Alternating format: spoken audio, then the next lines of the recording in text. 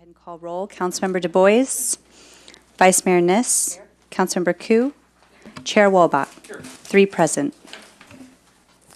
Thank you, everybody, for being here this evening. We'll start off this Policy and Services Committee meeting with oral communications. This is an opportunity for members of the public to speak on any item which is not on tonight's agenda. It looks like we have no public speakers for oral communication. Is that correct? Okay, so we'll move on to our first action item.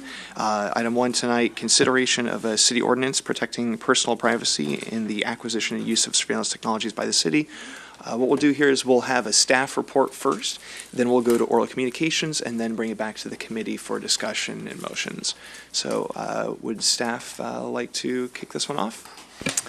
Thank you, Chair, members of the committee. Ed Shikata, Assistant City Manager. Just like to introduce Amber Cameron, who is by day with the fire department and took this on as a special project for us from a citywide perspective to help manage our interdepartmental work to follow up on this colleague's memo. So with that, I'll ask Amber to do a quick overview. Great, thank you. And it's a pleasure to be here with you tonight. So let's see.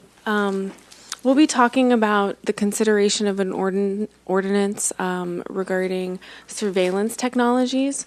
So some background on this. Originally, this idea was brought forward in April 2016 by a colleague's memo. And in December 2016, staff came to Policy and Services with another report with a lot of information about what technologies and policies the city currently has, as well as some examples of what other cities has done around this issue. And then the result of that was the committee requested staff to come back with a potential ordinance for adoption. So what we are bringing forward today are the tenets and recommendations of what we would request that should be covered in that ordinance. So this is really just a proposal to get us started with some basic components of the ordinance to get the conversation going and to get your feedback.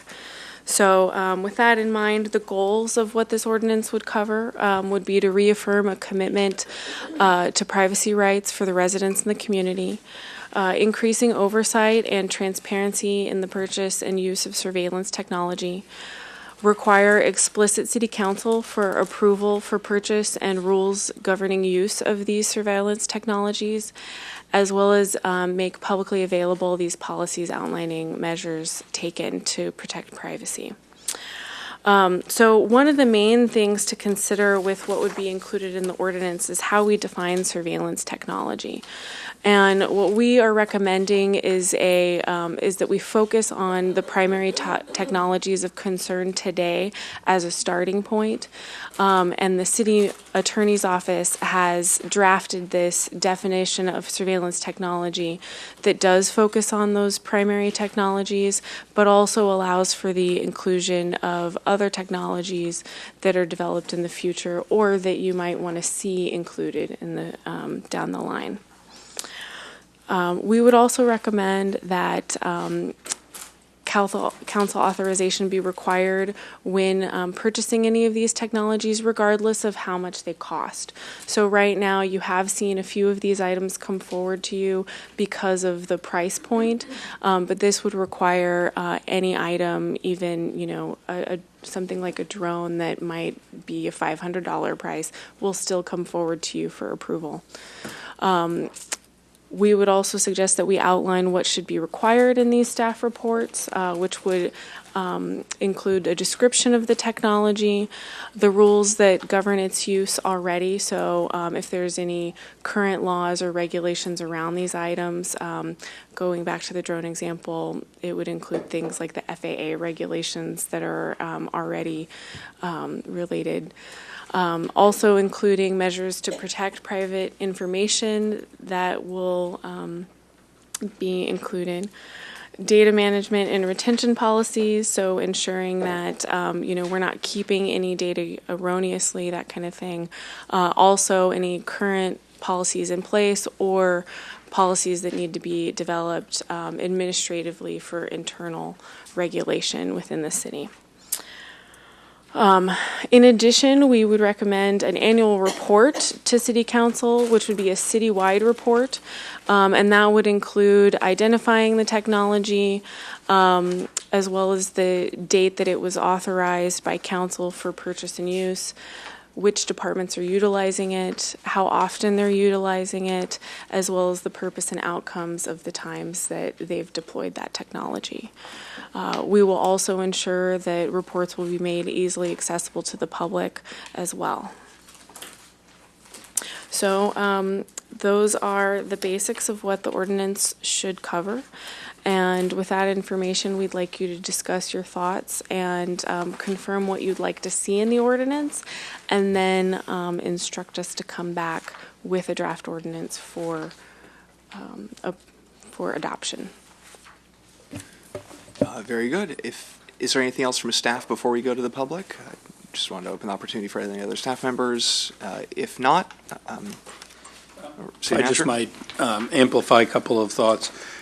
I think in our sense of responding to certainly the committee's interests at our last meetings, getting an ordinance in place to the council is important, and therefore the process we're proposing would recommend, again, just going straight to council from here rather than having to come back to committee and that sort of thing. So, thanks.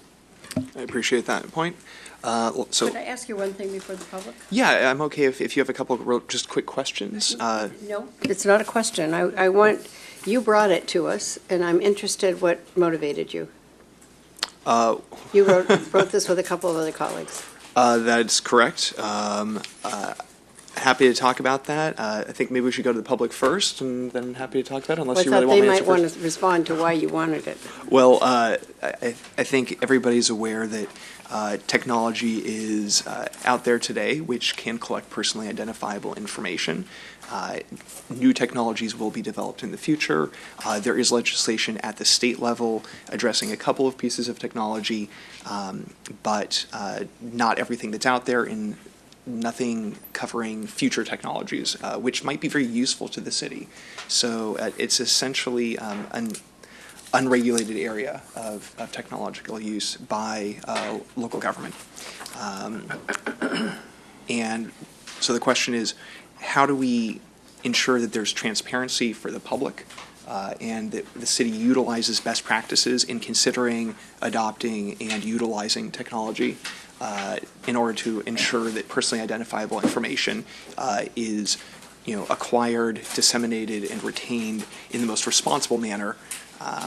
The intent here is not to limit any technology from use by the city, but to, again, push for transparency in the kinds of things used by the city, and also to nudge the city towards best practices, which I think, I'll say, I think we've done a pretty good job of.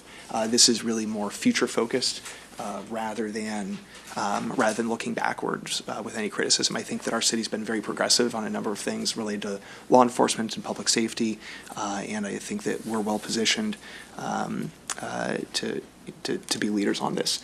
This has been implemented in a sense, something very similar at the county level. They've seen some benefits and also some challenges, and I think that we can learn from what's happened at the county level. And so when we come back after hearing from the public, I'll share my thoughts about that as well. Thank you. So let's go to the public. We have, let's see, just three. We haven't received any more speaker cards, have we? No. Okay, so we have three speakers. Each of you will have 3 minutes. Feel free to use the microphone right up here. Our first speaker is Adam Schwartz from the Electronic Frontier Foundation, or EFF, to be followed by Paul George and Jerry Schwartz. So thank you very much for allowing me to speak here tonight.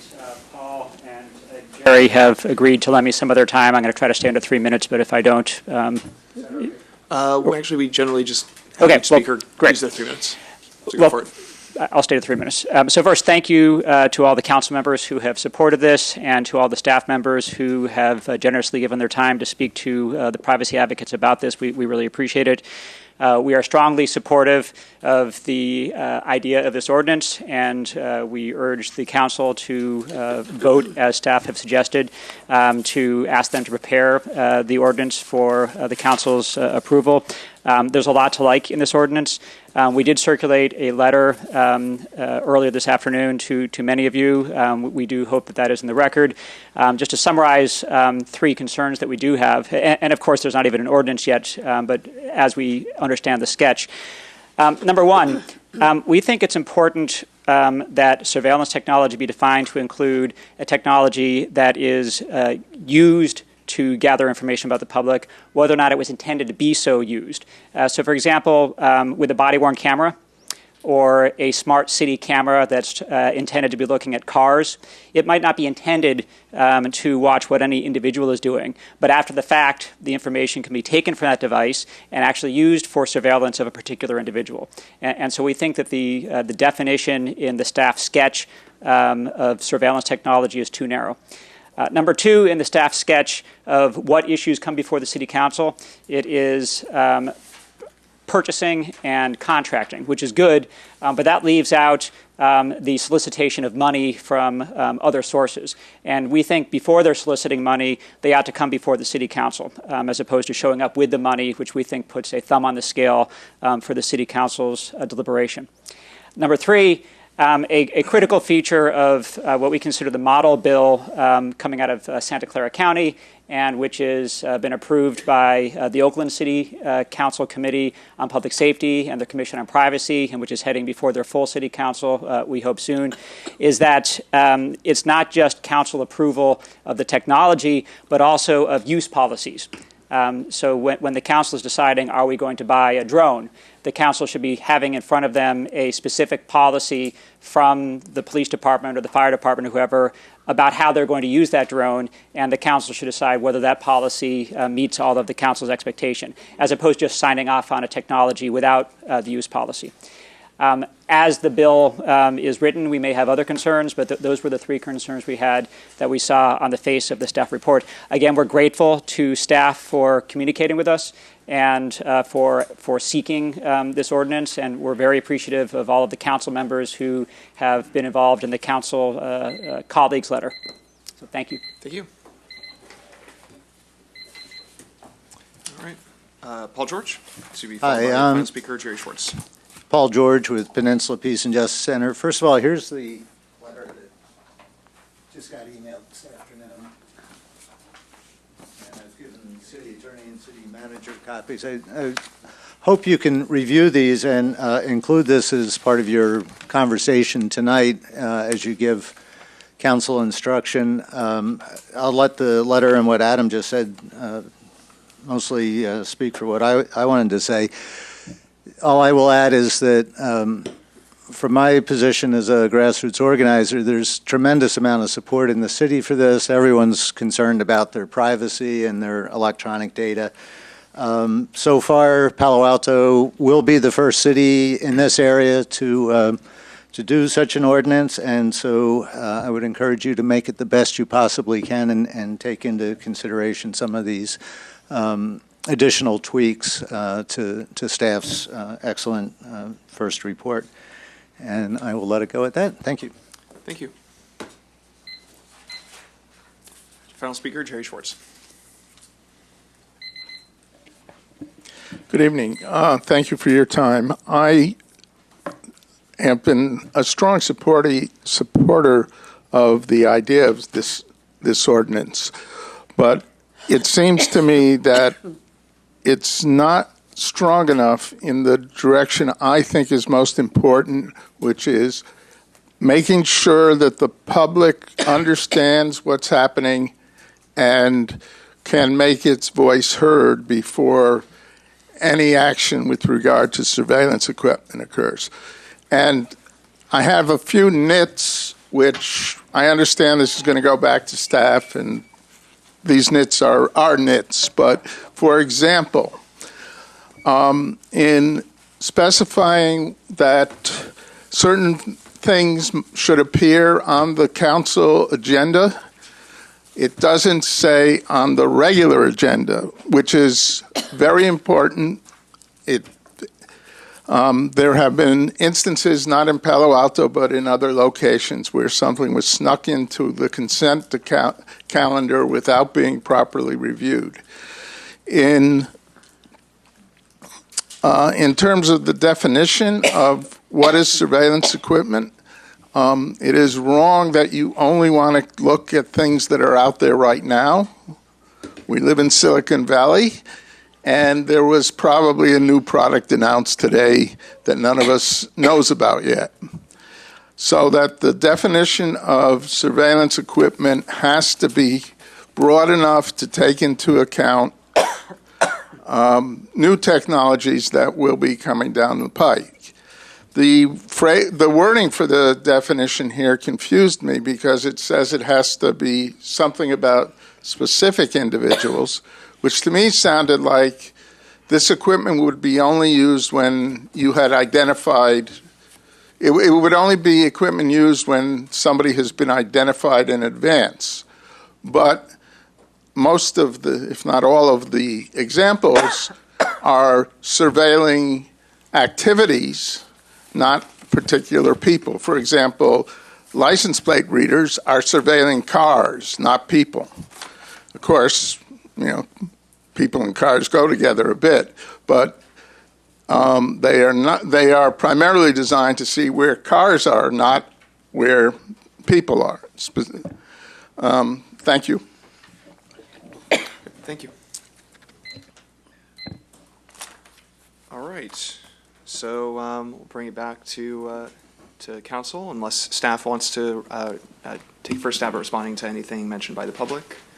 Well, yes, Mr. Chairman, I guess 2 points. One is sort of interested in your desires to how you want to process both council comments and the comments from the public this evening. I mean, we have some various staff people here. Some of these things I would say, well, let's just say in the spirit of transparency and democracy, we could have commentary here where we're not even in agreement on the staff if some people get up and speak. So I just would say let's sort of temper the discussion, in one sense. So there may be things right off the bat we could say, we don't think this is an issue, say in the comments that we've heard. We haven't heard what the council would say. And there's little things to me like, is it clear whether this is what's city departments or all city departments? I can understand the confusion since people have been paying attention to strong mayor forms of government or counties that are very fragmented and departmentalized. We have the good fortune of having adopted a progressive reform movement called the council manager form of government that is unified, and in that sense, this would clearly, so I'm just putting a plug in for our form of government. Subtle plug. This would automatically really apply to, all departments. And, I think that city attorney, and we may have some of our public safety folks who would put some perspective on this. But I want to restate that, one, we're interested in getting an ordinance in place. Clearly, it's easier for us to define things that we know about as opposed to things we don't know about. Additionally, an ordinance in and of itself isn't the only vehicle we use for regulating ourselves, our behavior, directing our behavior, and reporting. So we actually have administrative policies that would supplement this. My own sense on the comments related to policy and the ordinance would be more to leave this in the policy realm for now. That's the fastest way for us to be able to adapt to things, particularly if it's an administrative policy. Some of these things are things that I can sign off on just like that rather than often what's a multi-month process and having to come back to the council. But that being said, we certainly anticipated that in our thinking about this drafting, that we would in the future probably be coming back to council, one as technology shifted or as we kind of got our sea legs about what's working and what isn't working. And we'd rather sort of let things unfold than be in a situation where we're clawing back language that was problematic. So, thanks. Okay, appreciate that. I could tell you more about my thoughts, but first I want to give Liz and Lydia, each of you, a chance to, if you have any questions or comments, maybe that you'd like to ask. Well, actually, I'm actually surprised while I agree with this ordinance and I support it for the privacy matter, I'm actually surprised that it was brought forward, especially with the climate that we're in and, concerns with tracking of, ice tracking and that sort of thing. And I know that we have a policy in place to ensure that our police and that organizations and our departments do not give out the information of, undocumented workers. However, with this kind of technology in place, there's always the opportunity to. So I do have great concerns about being, that it is, if it should get incorporated, that it is very carefully thought out and to retain the privacy of everybody involved. Even with licensed surveyors, those scanners, there seems to be a violation of the driver's privacy. So when I see these surveillances, I would really like it to be left to the police department. And it's, for me, these surveillances, these devices are more better for our employees and our staff to protect ourselves, to protect the city, versus going out and having it everywhere. So I do agree with the privacy matter. I agree with what the gentleman came in from ACLU, their letter completely, and I would agree with the city manager to actually draft it up and take it up to council for them to look at. But I was surprised to read this, that it was brought as a colleague's memo over. I think it's more for privacy, to describe the privacy. Was that what the intent was? The intent was to, so we actually started working on this about a year and a half ago, and we're working with staff and various members of the community, and finally got it on the council agenda about a year ago. And so it's been kind of a long deliberative process so far. And again, the original intention was to say, there's this whole realm of technological use currently and potentially in the future. A lot of people in the community have concerns about it. There's a lot of concerns about how current and future technology use by local cities, including Palo Alto, may or may not impact the privacy of residents. And one of the best things we can do to reassure our residents in Palo Alto that their privacy is protected is to have better transparency about what kinds of technology we use. So that's basically the primary impetus for this is to ensure that the privacy of residents isn't violated, especially in some unknown way. There have been some cases in other communities where this is part of the motivation for our colleagues memo, where we saw that in some other communities, maybe something I wouldn't expect to happen here, but we want to play it safe. But we've seen in other communities sometimes some piece of surveillance technology might be adopted, and the public didn't know about it, and then the public finds out about it later, and everybody's upset. The city looks bad. Public feels their trust has been betrayed, and the role of law enforcement is undermined because it's diminished, and the role of the city is hurt because of the diminished trust of the public. And so rather than waiting for something like that to happen in Palo Alto, even if it's unlikely, we wanted to get ahead of it and just ensure that we have best practices to avoid something like that ever happening here. So can you describe to me how would transparency look like, in terms of when a new technology is adopted? What is the community outreach? And I get it that you would bring something to council, but how would the community be involved in the input of that device and how they feel about it?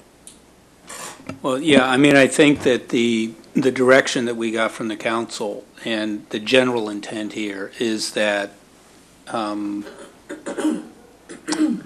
decisions that result in the deployment and use of such technologies would be essentially approved in public by the city council in a city council meeting. Your question's a larger one about how do we engage the public just in everything that we do, and so we have our means, but we certainly weren't thinking about any particular distinctive, approach in this, separate from our existing approaches. I just worry it's going to run away from us, in terms of really providing the privacy for people and the protection, as well as the cost and staff time. So I think that's one of my bigger concerns. But yeah, I agree the ordinance is something that is necessary. I actually would say, I actually think that we're not going to be a problem. We should be much more frightened about the deployment of all these devices through the private sector and through individuals in our, and we haven't even started talking about artificial intelligence stuff, so. I'll get there.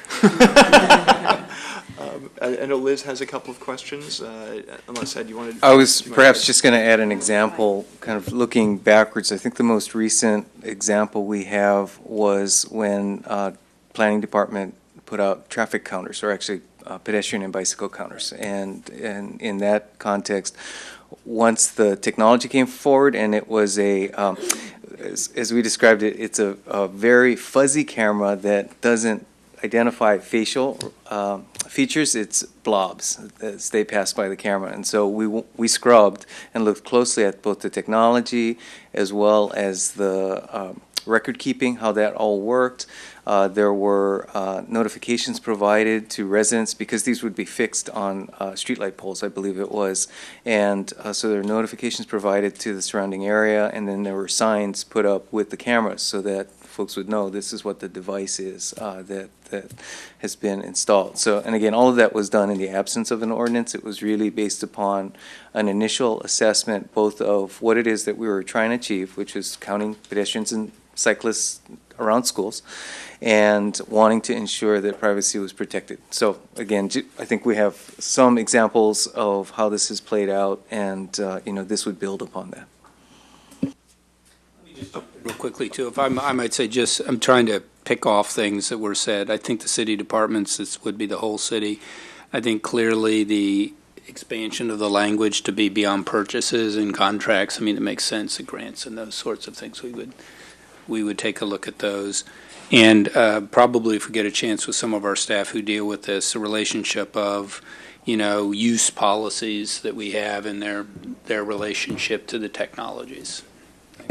Okay, I want to give Liz a chance to weigh in if you have any questions or thoughts. I have some comments, though. Because I watched whomever the officer is back there nodding his head.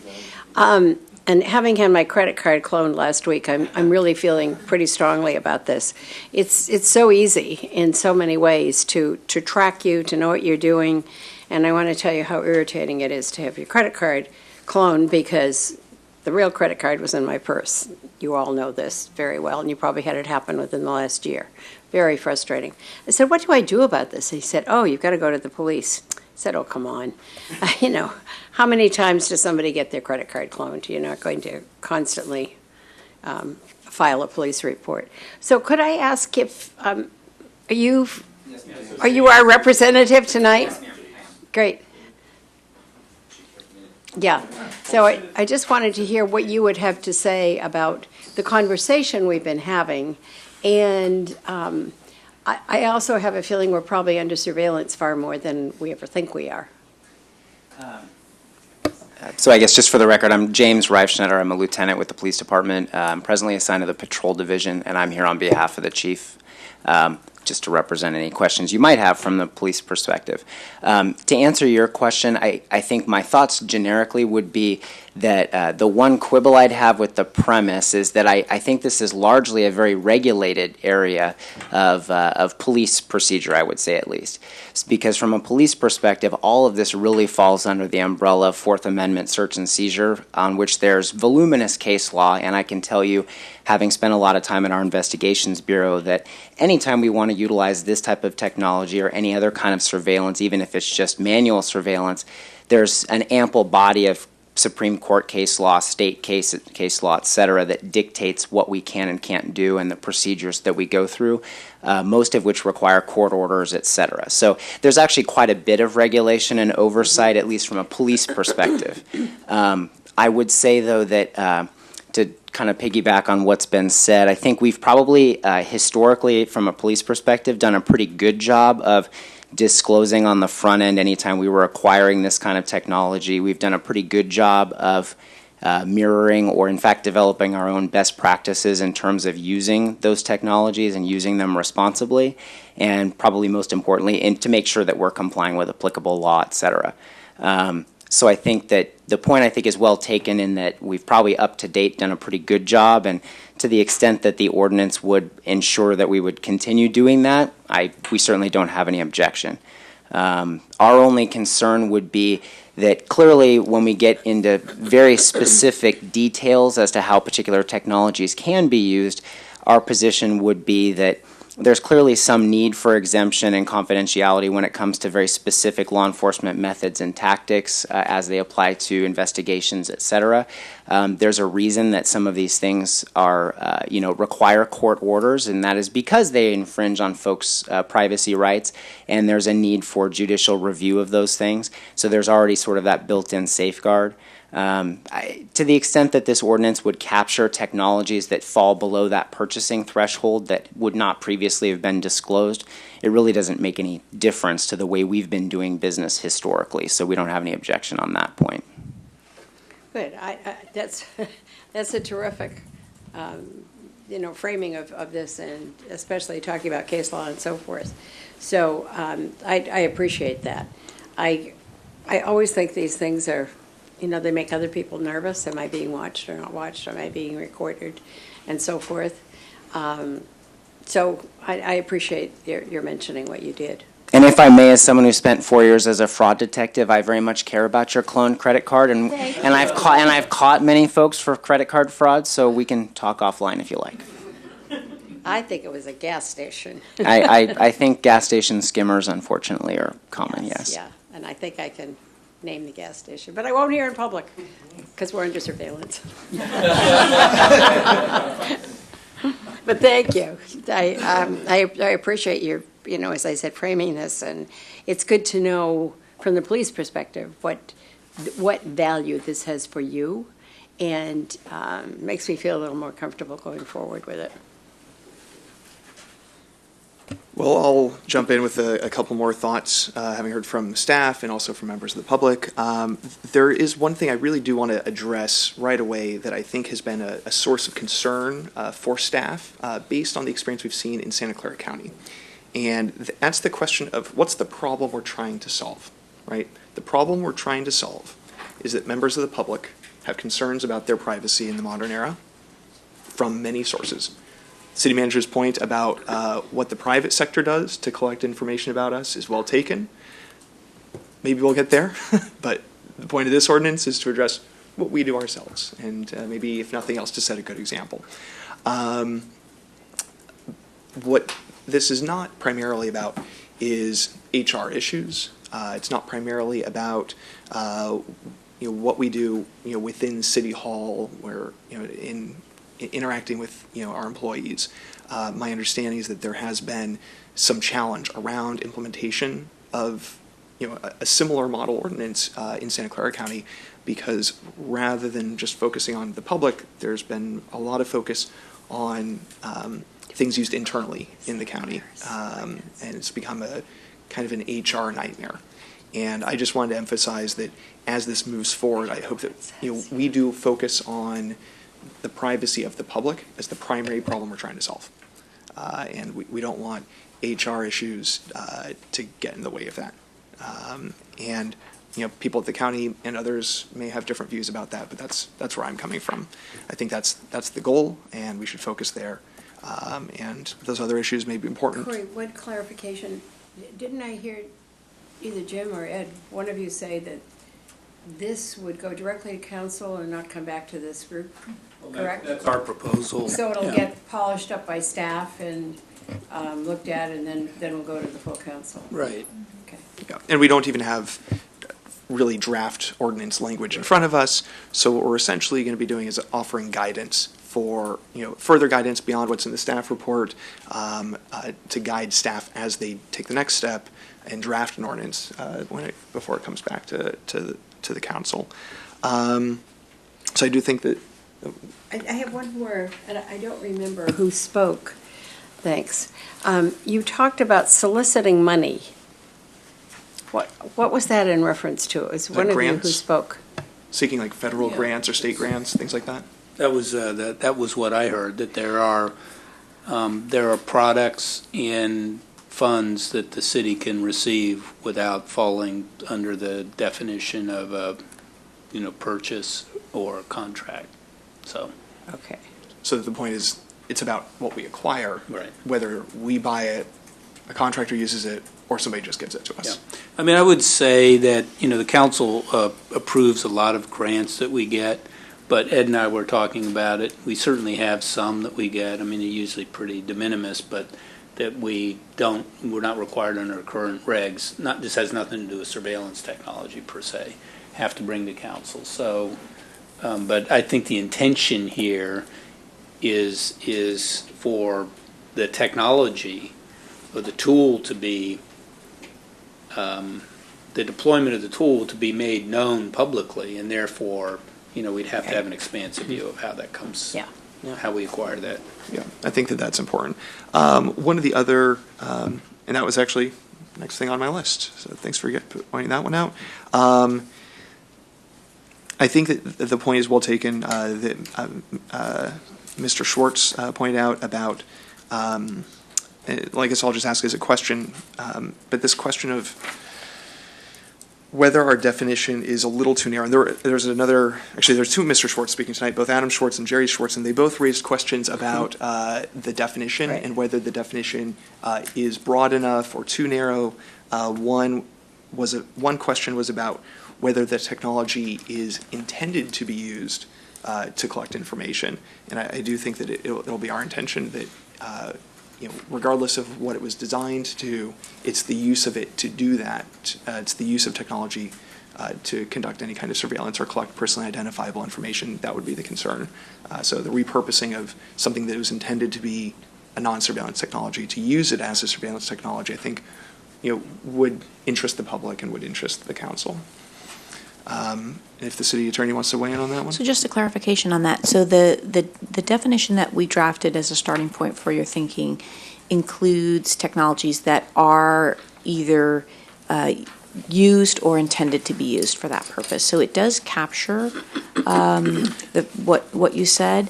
What it doesn't include, and I think the advocates are interested in this area, but we would propose to leave it aside in this initial effort, would be technologies like the traffic counters that were used to assess the effectiveness of our bicycle boulevards, where we were not intending to use them and they were not actually being used to collect any personally identifiable information. But in theory, at some point, the technology could be used for that. So that would be an area where we would ask for the committee's clarification. That's an interesting point. And actually, one question, I guess, is in the first line of your definition, where it says designed and actually used, perhaps it could say and or actually used, or designed or actually used. Could be an or instead of an and. I think that might broaden it a little bit.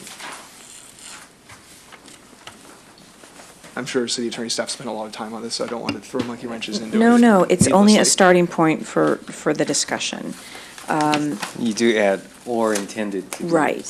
So the system is primarily designed and it's either actually used or intended to be used. So again, things like the traffic counters that we use to assess the speed of vehicles or the presence of pedestrians or vehicles or bicycles, these things are becoming increasingly common, and we are frequently asked, staff is frequently asked by council to gather data in these areas. So do you want to be doing a surveillance assessment on a lot of that work, or you are asking for a lot of data to be generated and for staff to be very knowledgeable about movement, mobility. Do we need to do this process if our intent, it is not in fact going to be used, or it is not our intention to use it, to take it to the individually identifiable level? Well, I think that the concern here is that it could be, and to indicate that it will not be used for that purpose, and to have it clear in the policy for those technologies that that's not the intention. And it's possible that the wording of this general ordinance, may indicate that, for any technology used by the city which has not gone through a more robust process such as this, would not be used for those purposes. So we would default to saying the city's not going to use technology X for surveillance, or the city's not going to use any technology for surveillance unless they go through this process. And then, if the city does adopt a piece of technology which has the potential, we will be safe in assuming that it's not being used for those purposes because you haven't brought it to us in this form. On the other hand, if some piece of technology has the potential to be used for surveillance, and the public is aware, and the council is aware that the city owns it, the city contracts for it, or the city uses it, and we haven't heard a reassurance, that might be of concern. And so perhaps a simple line in a staff report, saying this technology is not going to be used for surveillance, and thus we don't need to produce surveillance use policy or report for this technology, might be sufficient. Does that make sense? Yes. Well, let me give you my take on this too. Again, I really appreciate the desire to craft an ordinance in advance. At the same time, we live in the real world of implementation also, and for the most part, if we understand the intention of this ordinance, there's nothing that really kind of gives us a pass to avoid something that is a technology that's not explicitly called out in the ordinance, but it comes onto the scene. We're going to bring that to the council in the same way, and that it's one of the main reasons, as I would understand it, for the public awareness and the council oversight is that act of bringing it to the council gives us the opportunity to do expressly what you just said, which is in public to state how this will be used and how it will not be used. Right. And that's much better to handle, in many cases, every time we do that, than trying to anticipate what those might be in an ordinance. Now, I would imagine what will happen is that there will be a body of experience that starts to build up that says, wow, there's a whole pattern of this. Now let's just go ahead and kick this in an ordinance. We know what that is.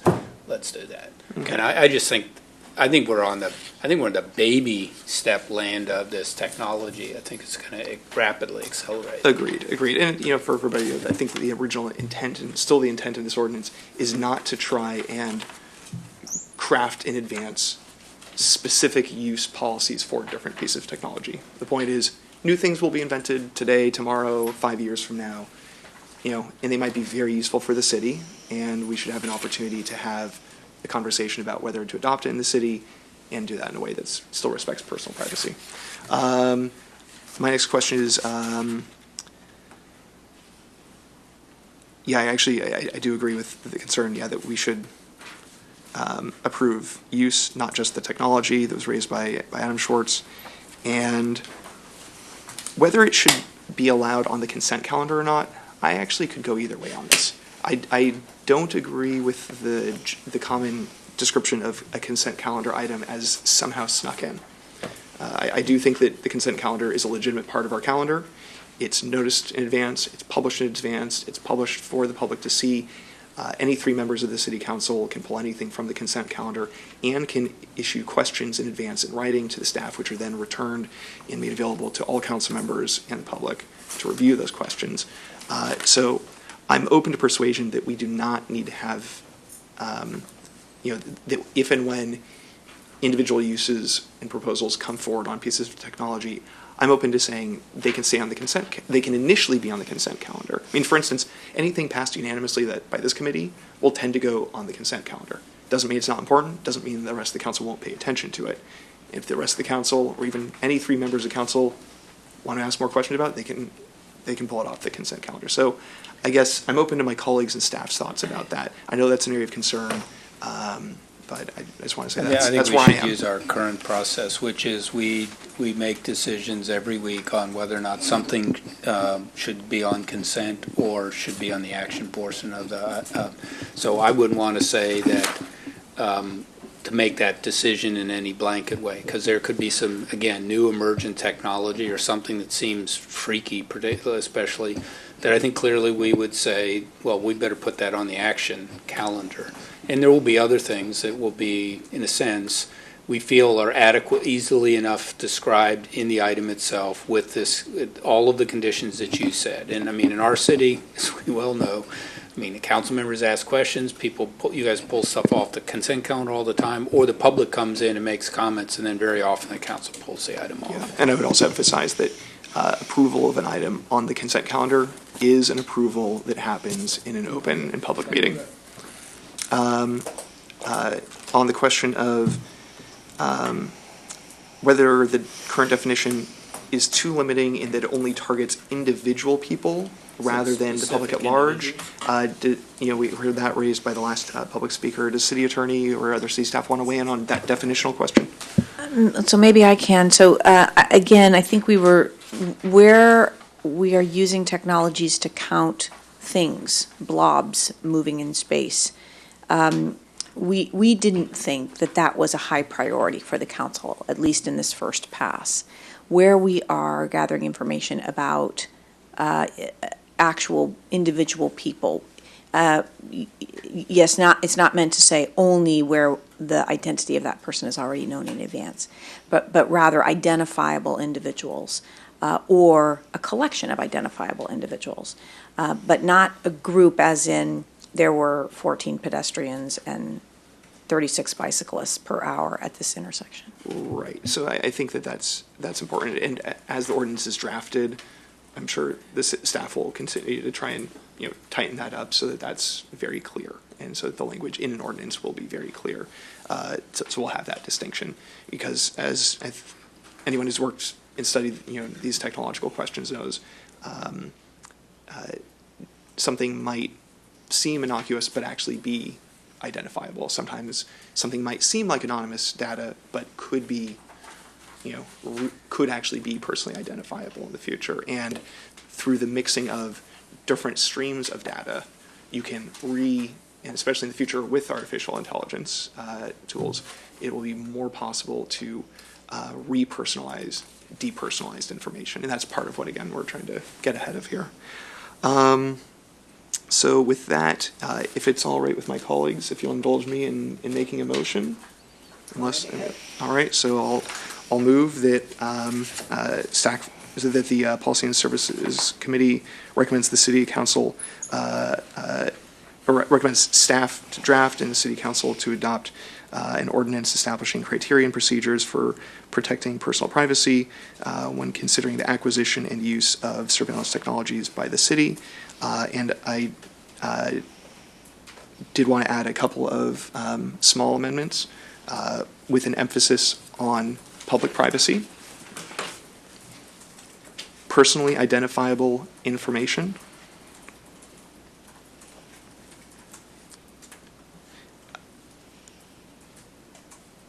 including acquisition from any source,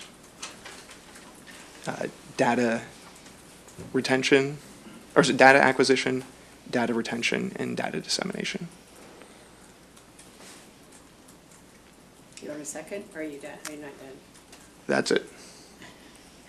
And second, and I'd like to add one thing, though, unless it's redundant in some way, which is to consider the proposed ordinance tenets, which are on the next page, in the middle of the page.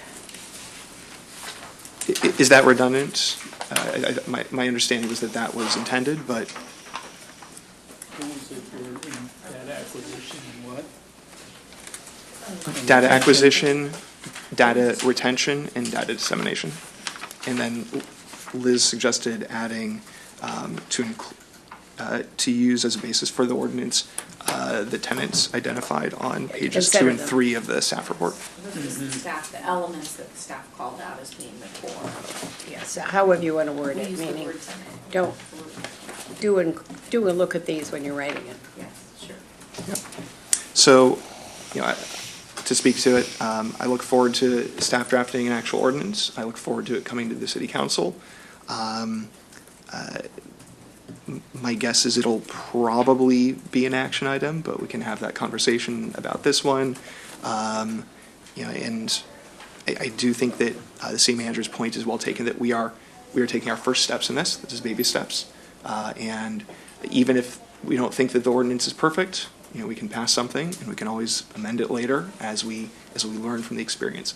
But I do think that moving forward is important, and I look forward to Palo Alto setting a good example in the region, given our role in the region and our the image, fair or not, our image as a technologically leading city. I think that it sets a positive example that we're looking for a way to do this in a way that does not result in tremendous administrative burden, but still respects the privacy of our public. I would just say, I think we would, in this case, we'd certainly bring this ordinance back on the action portion of the council's agenda. Number one, we may not get it quite right. Two, Policy and Services has had a little bit deeper dive than the rest of the council, and of course the public really hasn't been part of the discussion in any larger sense. So we'd put this on the action. And Liz, do you want to speak to the second? No, I think we handled this one. And Lydia? So, thank you, Jim, for what you just said, because I was just going to mention, since it's the first time it's surfacing, it would be good to be on the action calendar. And then also, when you're looking at drafting this ordinance, you're going to be working with the police department and the fire department so that we don't tie their hands in their investigative.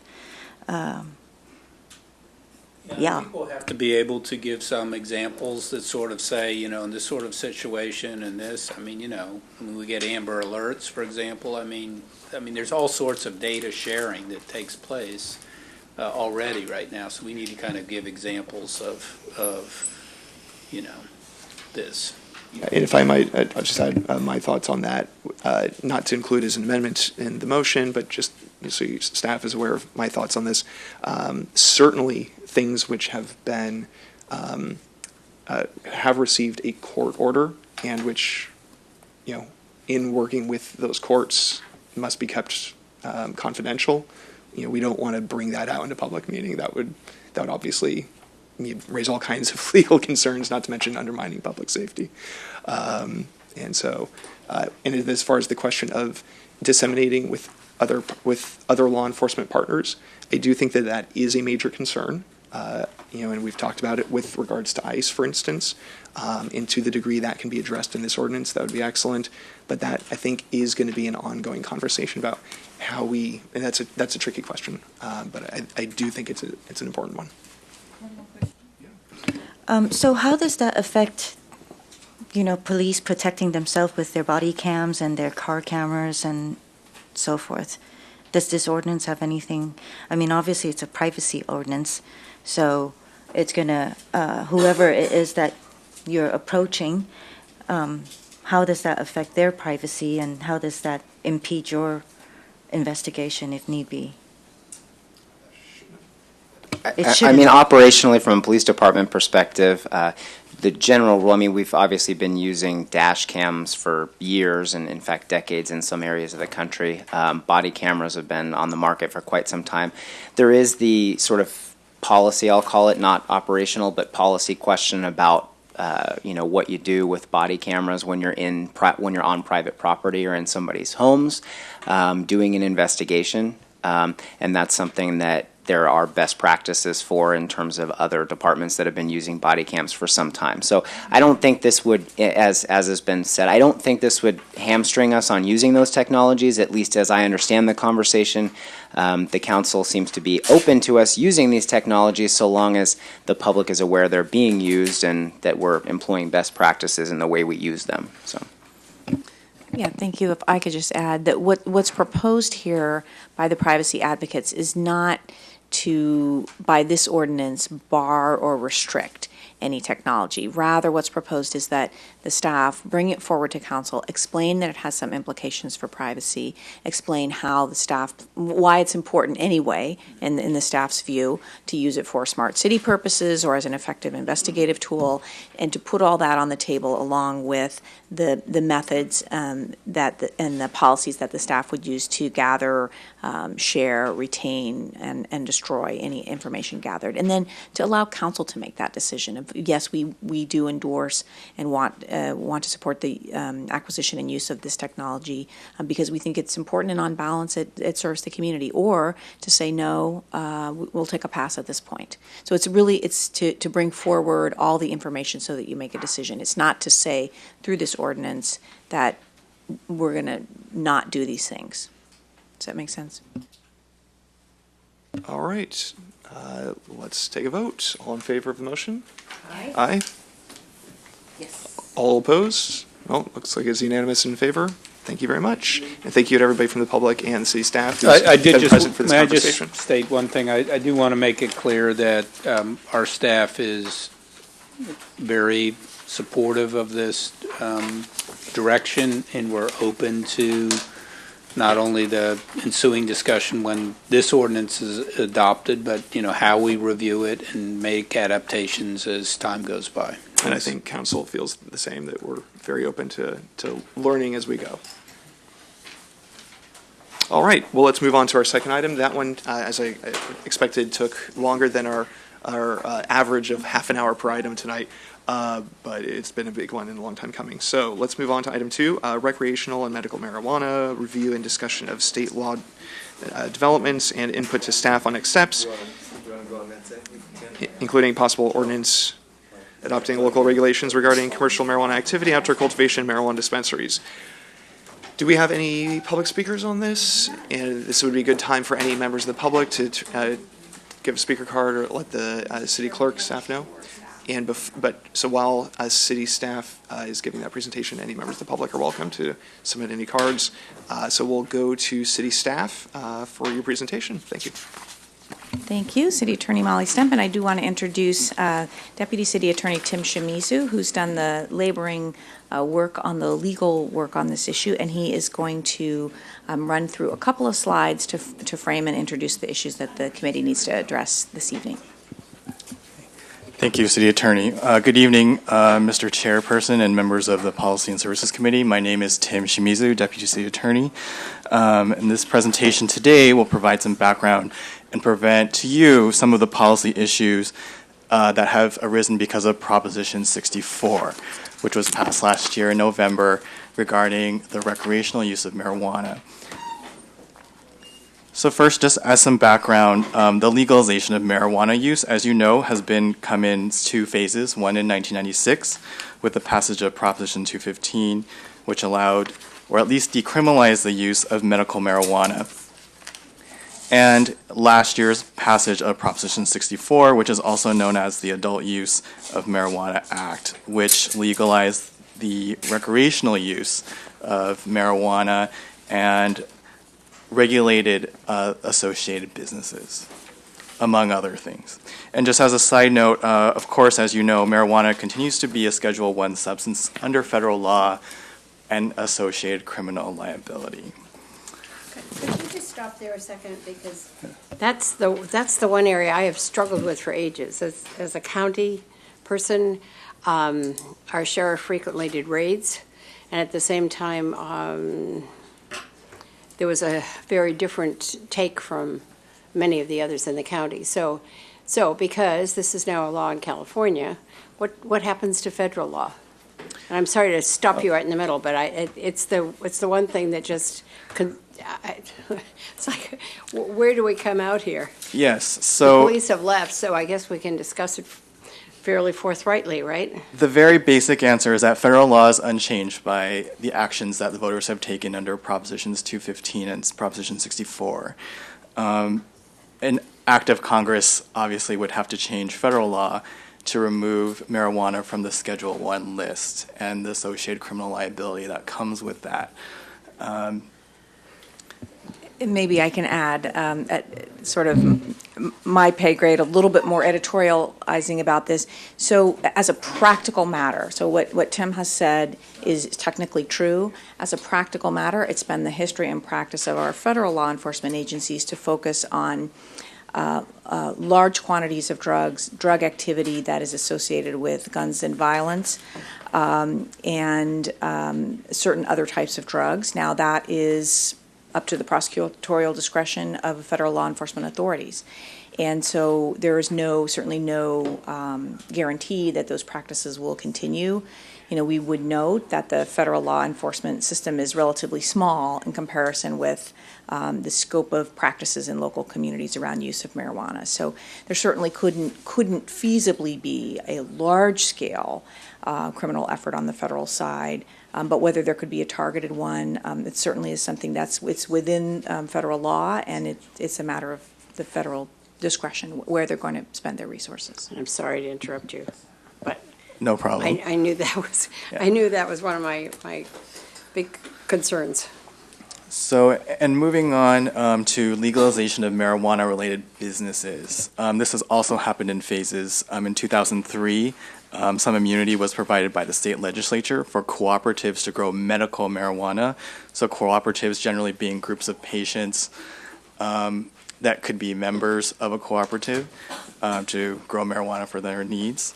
In 2015, the Medical Cannabis Regulation and Safety Act, or sometimes called Medical Marijuana Regulation and Safety Act, started regulating commercial medical marijuana activities and created a new state bureau to permit and regulate these types of activities, including cultivation and dispensaries and cooperative businesses for medical marijuana.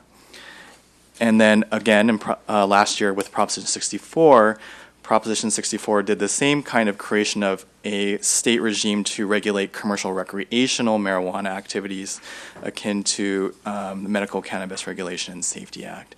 And so those are things like creating a licensure system for commercial recreational businesses, such as retail, commercial growing, et cetera, and I'll go into that a little bit later. So an overview of the current city situation, current city laws. So currently, the city has on the books 2 ordinances. The first from 1997 prohibits medical marijuana dispensaries. From 2016, Ordinance 5399 prohibits outdoor marijuana cultivation for 1 year. And so that ordinance automatically sunsets, I think, in November of this year. And in general, the city has what's called a permissive zoning system. So in theory, only things that are explicitly allowed by the zoning code are allowed uses under the zoning code. So if it's not there, you can't do it. So because the permissive zoning code does not allow for marijuana cultivation or commercial uses, it is not allowed under permissive zoning. So now some overview of local authority under Proposition 64, which was again passed last year. So local approval is not required. It is not required under Proposition 64 if the city does nothing for commercial marijuana businesses, recreational businesses to open and get a state-issued permit. So in general, starting on January 1st of 2018, if a commercial recreational marijuana business, such as a retailer, cultivation, et cetera, wants to open a business, they first look to the city's laws. Does the city regulate this in any way? And if the answer is no, all they have to do is go to the state and get a license from the state. And the state, if they fall under the guidelines of the state will issue a license and they're ready to open. So now cities can choose what types of commercial activities for recreational marijuana are allowed, if any. So Proposition 64 and the Medical Marijuana Act of 2015 give cities that choice, and we'll go over a list later of what those kind of choices are. Cities can also create regulations for types of businesses that are allowed. For example, if a city like San Jose, which has medical marijuana dispensaries, obviously the city can create regulations about time, place, manner restrictions. For example, you can only be open this many hours of the day, you have to have certain kind of security, a certain kind of audit record, so on and so on. And also city-issued permits, of course, to operate if the city wants to do that. And lastly, there is, again, the January 1st, 2018 deadline. And that is when the state will begin issuing its permits for commercial marijuana businesses. If the city doesn't have a prohibition in place by that point, the state is free to issue these licenses. Of course, the city can always choose to prohibit after that, but will deal with grandfathered in businesses with state-issued license. And those licenses generally will be issued for a year at a time by the state. So here's a list of the major policy questions for the city in terms of Proposition 64 and medical marijuana. And I'll just run down this list very quickly just to emphasize here are the policy questions that obviously the city will have to address eventually. So number one, will the city continue to ban outdoor marijuana cultivation? Again, the ban currently exists but will expire this November. Will the city allow any commercial activities for either or both marijuana or recreational, such as commercial cultivation indoor and or outdoor, and if so, the size of those operations? Because the state differentiates currently by the size of your operations in terms of square footage. Whether dispensaries and retail sales will be allowed in the city. Delivery services, for example, whether deliveries will be available to residents within Palo Alto. The distribution and transport businesses of marijuana. And just as a side note, distribution and transport is a category because the state is sometimes, especially in the medical marijuana side, trying to prevent too much vertical integration of the medical marijuana industry. And so some very large medical marijuana growers are not allowed to just say distribute their goods, and they can't do it all themselves. When that's a little bit different under Prop 64, where they are more allowed to do more of the steps in the, say, growing to retail process. They can be more vertically integrated. So these categories are not mine, they're kind of how the state licensing is working. The next category is the manufacture of products containing marijuana. So, for example, edibles and things like that. And this category depends on, there's two categories of manufacturing depending on how the process of whether they use solvents or not to extract the essential ingredients into your products. And then testing businesses which are designed to ensure the integrity of marijuana, just like other drugs are tested for their integrity and potency. The next major category is for any businesses that are permitted by the city, if the city wants to develop regulations, time, place, and manner, do you need a permit or not, things like that. And lastly, if the city would like to attempt to pass a voter-approved excise tax on marijuana-related businesses that operate within the city.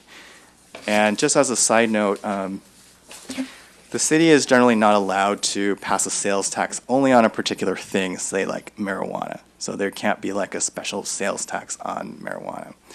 But what it can do is have the voters pass an excise tax on companies, on businesses, and their revenues generated from marijuana-related enterprise. So lastly, some high-level notes about the status of the state-level legislation. So Proposition 64 was passed last year, obviously, but the governor and the state legislature are working on a cleanup bill, in part to harmonize the standards between the medical side, which was passed by the legislature in 2015, and Proposition 64, which was passed last year, because there are some slight differences in terms of how they're regulated and this kinds of differences in the businesses. As I said, one example earlier is vertical integration requirements and things like that. Again, or further, there are state draft regulations currently for the medical marijuana regulation that have been issued. I think public comment is open currently. And similar regulations for recreational marijuana will be issued shortly thereafter. Although it's my understanding that the comment period for the medical marijuana regulations will essentially be the one that the state is really going to pay attention to, and the recreational will be quickly followed up after that. So as a note to the city, anything work the city does, we have to be very cognizant of these kind of fast-moving changes that the legislature and the state is taking. And in terms of the next steps for this, we are currently at the Planning and Services Committee having this discussion. Thank you very much for taking us today. The Planning Commission will also foreseeably have to hear any proposals, as this would generally affect the zoning code. And then ultimately an ordinance, of course, would go before the City Council. Mr. Chair, so, thank you, Tim. So just to step to a higher level for a moment. So what we did for you today is based on the direction that we've received from the council in the past on issues around medical marijuana and recreational marijuana, we went ahead and drafted an ordinance. And it's a starting place for your thinking. These are policy decisions, and you can make them differently in the areas that Tim listed. And maybe actually, Tim, you could go back to the slide that has the areas where the city has to make some decisions. But what we prepared for you would do the following. It would make permanent or ongoing the outdoor cultivation ban, and it would prohibit commercial marijuana businesses in any zone in Palo Alto, with the exception of deliveries. And I think those are basically the key elements of what we put before you today as a starting place for your thinking. Again, policy decisions. There can be difference of view on this, and you may want to take a different approach on any one of these issues. We'll take notes on this today and draft up whatever direction we get from the committee and go to the Planning Commission, because this will be a zoning ordinance, and it will need to be reviewed by planning and then come back to council in the fall. Molly, isn't this pretty much an extension of our existing practice and policies as they are today? Yes, what we've put before you is status quo with the direction that Palo Alto has provided in the past, including the voters.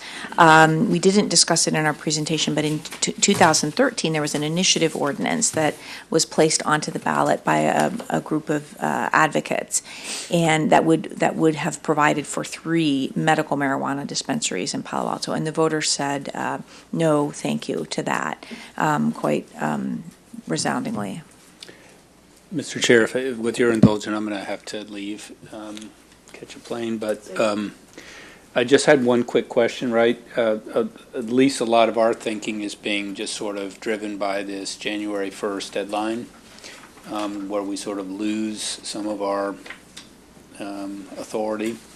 But if the council were to adopt the ordinance as recommended, that doesn't necessarily preclude them from changing that in the future, right, in some way, if they somehow wanted to allow commercial activities or change their position on outdoor cultivation.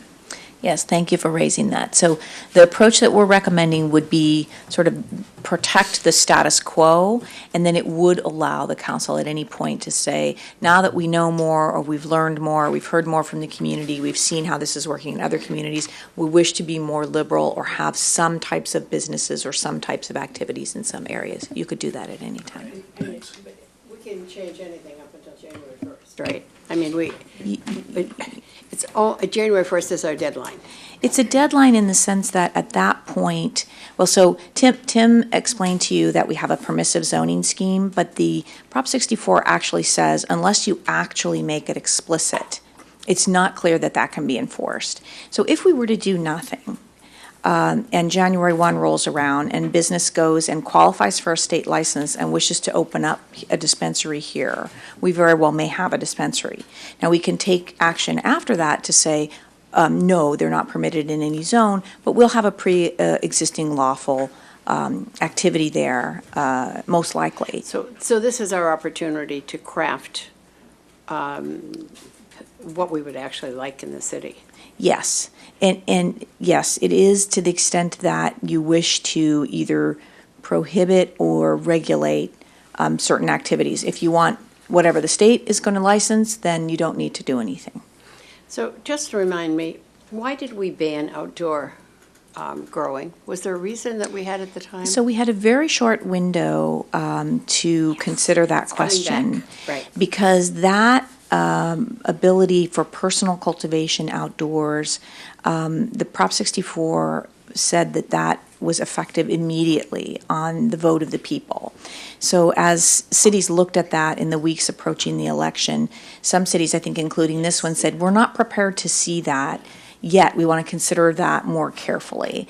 And it may be that you wish to allow some outdoor cultivation. I think issues there might involve questions about how much plant material and where that might be, and vis-a-vis front yards, walkways that are accessible to folks, community gardens, those kinds of things. So I think the Prop 64 does allow, and when we cannot prohibit, up to 6 plants indoors and plants outside in a covered greenhouse that can't be seen from the street. Thanks for that reminder. I don't know if we'd really like them in community gardens. What do you think? Well, I just wanted to thank staff for the presentation, and before we finish up or continue our conversation, just want to double check, we did not receive any speaker cards, which actually surprised me. I thought there would be more controversy on this topic, perhaps when it comes to council. So yeah, we can keep going with questions. Any more, Liz, for now? I'm almost, this is pretty much where we are right now. I don't have any, I don't have any great need to make any big changes. The outdoor one was the only one that I looked at, but as so often happens, we start discussing it, and I think front yards, community gardens, I'm just not sure that we as a community really want to support that far more liberal way of growing marijuana. We can, as we said, outside covered can be grown, inside can be grown. It seems as though, I know it sounds like a judgment, but it just seems as though that would be sufficient for most people's use. But again, I don't know what you may wish to, what the amount is that is correct. So I've got a couple of questions and thoughts, but Lydia, I want to defer to you first if you wanted to jump in. Oh. Thank you for the work and the presentation on this. So in the delivery, is there any, is there an amount of how many grams they're allowed to be transporting at the time? Or, I mean, I was just wondering. In terms of a delivery under Prop 64, I'm not aware that a delivery vehicle any one delivery vehicle has a limit on how much marijuana can be contained, say, in the vehicle at any one time. And of course, maybe you're inferring, does that raise some kind of security issue? Right. I don't know. But and also, I would, just to jump in, if I could, how much could be delivered to a customer? Or or a patient if it's medical in nature, right? If the delivery truck, which may have a lot in it, pulls up in front of, somebody's house, the delivery truck driver walks up to the house and makes the delivery. Is there any maximum size of delivery that could be made? So under one reading of Prop 64, a person for their personal use can only have about 28 grams of marijuana at one time, which is a lot for one person to use. Let's say more than 1 day's worth, let's say that. So under that understanding, it would be hard to foresee how you could be allowed to buy, say, more than that, because then you'd have more on your person than that, even at home.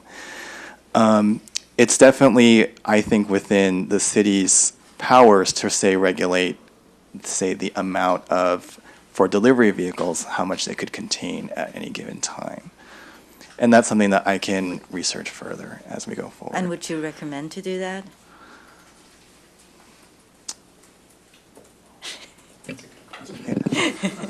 Yeah, I think that's a policy question. Yeah. Has there been any debate at the state level about what cities are doing on that issue? I'm not aware of a state level regulation that's come down about the amount that a delivery vehicle can hold at any given time. I'm aware that certain jurisdictions such as San Jose do have very extensive delivery regulations, but I don't know if the amount at any given time is one of them, but I can check. Please, Yeah. I think my concern for that question is, next thing you know, we have all these delivery trucks going throughout our city with any amount they want, Mm-hmm. And another question is, how do other cities keep the delivery away from schools? And I mean, I know that the whatever act they put forth or that was passed, it says that it has to be 21 and above. It's adult, right? We also see children smoking and everything. So how does that stay away from the children, that it's not delivered over there? Is there some... Way. So under Proposition 64, there are some proximity limits about where marijuana use can occur. In terms of can a delivery occur near a school but not at a school, I don't think there's any prohibition currently about that. It would be a little unusual, to me at least, for there to be a prohibition like that for a delivery service making a delivery to somewhere in proximity of a school. But I understand your concern, yeah. I'm done. Okay, so I've got a couple of questions too. And going back to this question of not just why we banned outdoor cultivation, but the timeline. I think I was actually the person to make the suggestion that we have a sunset. There was debate on council about whether to ban or not to ban. There was at least one council member who said, why do we want to ban it? It's going to be legal. What's the big deal? Others said, well, we think it's a big deal. And so we ended up going with this. Let's ban it for now, but with the sunset, which will force us to revisit the issue. We're now revisiting the issue. Part of the idea was that by the time we revisited the issue, the matters of the uncertainties around state law would be cleared up. My sense is that the uncertainties around state law have not been cleared up because while we know the outcome now of the ballot measure, as we've heard from staff and we all know, the state is still considering further regulations, cleanup bills, et cetera. So I'll just say right now, even before we get to motions, my inclination is to say that we shouldn't change the sunsetting ban to an indefinite ban on outdoor growing, but that we ought to extend the sunset and maintain a sunset so that, again, we can, once the state law has been cleared up, then we can have a real discussion based on, understanding the context of state law. So that's going to be, when it comes to motions, that's where I'm going to suggest is basically do what we did last year, have another, 6 or 12 month kind of forced review through a sunset. Such as December? I would basically say, that basically sunset either midway through or at the end of 2018. Yeah, I think that makes sense because the state licensing program is going to come into being in January of 2018. And as we've seen in this area, it's fairly complex and the state needs to revisit and adjust. So I think we would expect to see even some continuing changes through 2018. Yeah, and then on the question of a couple of questions I had about delivery services and distribution transport. Remind me, what's the difference between delivery services and distribution and transport? What would help me understand item 4 here on your list, what would a distribution transport commercial activity look like? It's my understanding that a delivery service is a retail, like delivering pizza to a customer, say, right? Whereas number 4, distribution/transport is more of a wholesale function where marijuana is being grown, say, in the mountains on a farm. Somehow it needs to get to the cities to be sold. And there are some categories of big growers that aren't allowed, at least under the Medical Marijuana Act, to do their own distribution. So you have to hire another category of business that is licensed to transport and, say, distribute medical marijuana. So it would be somewhere between the grower and the retailer, like an intermediate step? Yes, it's not like a retail delivery. Right. And so if we were to prohibit that kind of distribution transport activity within the city, would that mean that a truck going from, say, Menlo Park to Mountain View would be prohibited from driving through Palo? I didn't think we could, but I just wanted to check. Wanted to be very clear. Okay, great. Yeah, so the state regulates the roads, believe it or not.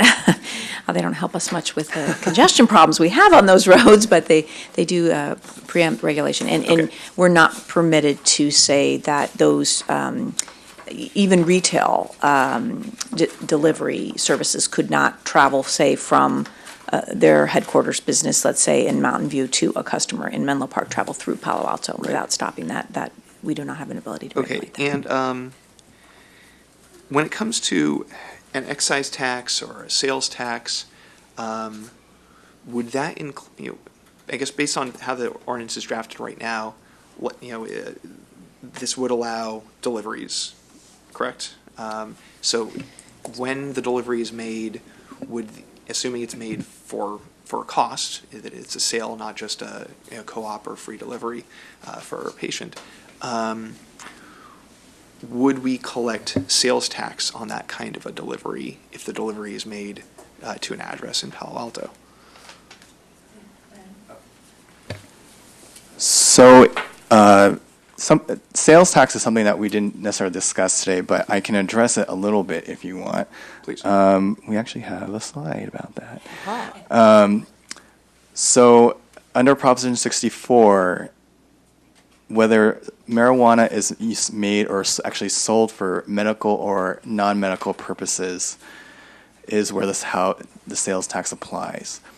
So non-medical marijuana has regular sales tax on it. It's a retail product now, right?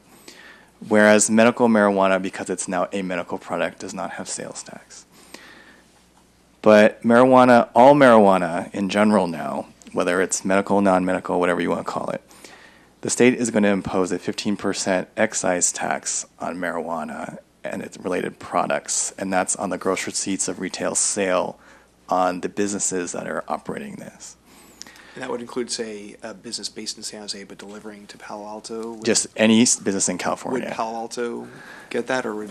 So that's a state-collected tax. Sorry, I'll let you go on. Sorry. Yeah, sorry. For us. Yeah, whether the city would receive so whether the city would receive a part of that excise tax, I'm not sure.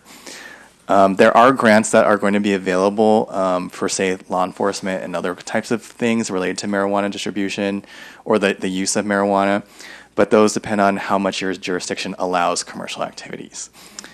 There are going to be taxes on state cultivation, so flowers and leaves.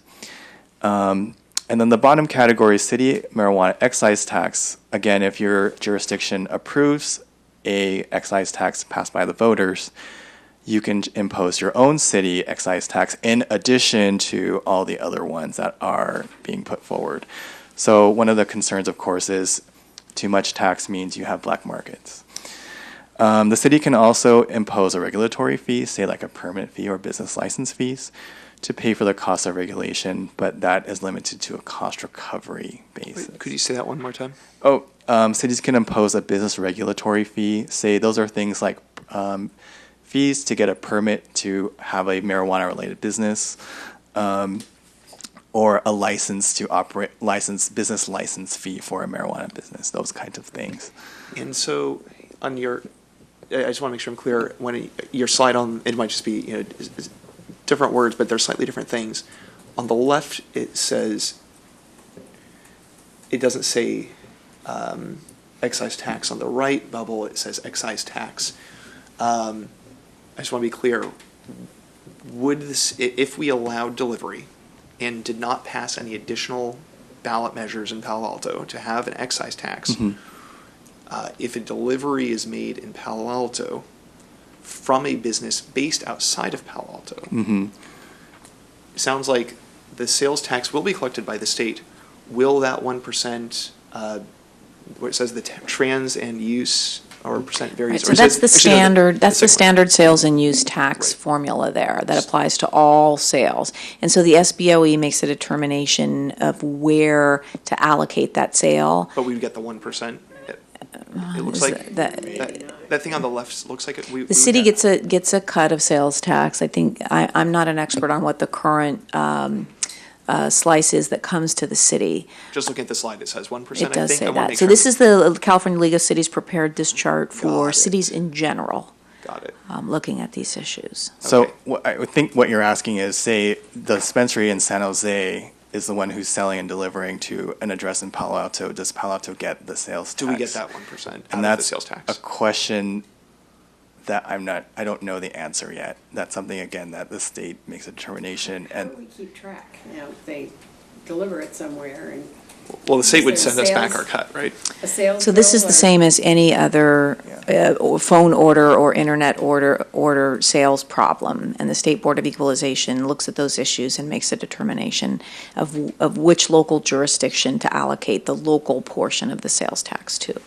And as you know, we retain a consultant who works with us to understand how those decisions are being made and to advocate on our behalf. Could we find out about that? And I'm wondering if it's not pretty early to figure out.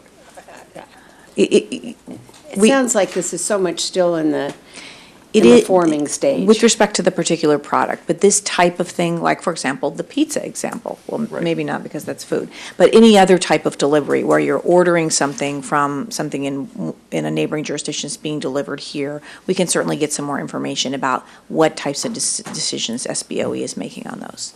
I think that would you be. know? I think that would be important. And just on this point, I think I would be open to allowing, as the proposed ordinance does, allowing the deliveries, but not for the delivery businesses to be based here, right? And certainly not for the retail stores to be based here. But I would want to make sure that the city of Palo Alto can collect some sales tax, and I'd be open to us doing an excise tax on those deliveries if possible. And Lydia, you wanted to weigh in as well? So on the delivery, so the pizza example, naturally the drivers, they don't have a permit. We don't issue them a permit to come in. But would it be possible to have a permit on the drivers that do come in with marijuana delivery? I don't know if it's a good way just to kind of, one, to have control, and two, finance, budget is always, Yeah, funding so is good. San Jose currently imposes a very strict regulations on delivery services for medical marijuana, and which range as strict as each vehicle needs to be registered, things like that, and need to even have GPS trackers on vehicles, and so on and so on. Yeah. Whether we can do so those kind of regulations are currently possible, but will be subject again to, we'll have to see if the state puts out any contradictory regulations as it comes out this summer. Okay. Yeah. Tell me why your delivery truck guidance. You don't want the trucks to be here, but it's okay if the trucks come in and deliver and then leave? So maybe I could just offer one comment. So the general approach that we took, because we understood it to be consistent with where we have been in the past, is to say we're not going to do, no commercial activity in Palo Alto. We did draft the ordinance to allow deliveries because of comments we did hear from council members last fall when we did the outdoor cultivation ban, where a couple council members just reflected on this upcoming issue and said, gee, we might feel differently about delivery. And I think that what was articulated at that time is that there may be, in fact, patients or people who are using marijuana products who may find it difficult to travel personally and would really value this service. And so that is why we drafted that in. But you can decide you're not prepared to have that, and you can say deliveries won't be allowed. I don't have any problem with deliveries. I really don't. I think if somebody really, especially if it's medical marijuana, that would make a great deal of sense. We sort of make light of it, but this is a very important pain reliever with someone who is ill. And, whether you, put it into food or whether you, however you ingest it, I think there's almost no question that for many people this makes a huge difference. So I wouldn't want to prohibit that ability for us to have deliveries. In that case, I don't have anything to say, because I thought that maybe Liz was concerned about delivery. Does anyone want to make a motion? Well, the suggestion here, and let me ask Molly, because the suggestion here is that we review and discuss state law and so forth, and as a starting point. So I'm going to presume that for us to move forward on this, we would move attachment A, as it says, consistent with current city policies. We just send it to PATC. Yes, so what I'm hearing from the committee so far is that we sort of accurately forecasted where you were going to be, at least for now, for Palo Alto, which is no to any commercial dispensaries or commercial retail outfits, no to manufacturing businesses or testing or delivery businesses being based here, do allow deliveries to residences in Palo Alto. And then the one question would be the outdoor cultivation ban. We just made it open-ended that, yes, that we would not allow it. And Chair Wolbach suggested maybe put in a new sunset date of the end of 2018 on that one. An addition of, after you research this, how many grams each delivery truck can have in there, if we can kind of have a control over that and also limit? Yes, so let us do some research on that one. If we discover that there are no regulations limiting the amount, we'll anticipate that you will want to have some reasonable amount, right? That's the concern here, is that there not be, a very large amount that would be in some sense creating some kind of special security problem. And so we could draft potentially something on that for the PTC to consider.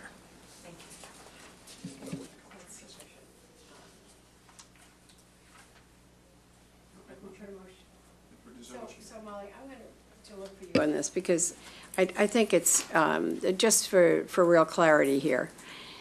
If we are looking to send zoning court amendments to Planning and Transportation Commission and to return to us for ordinance adoption in the fall, is that sufficient, or do we need to add to that?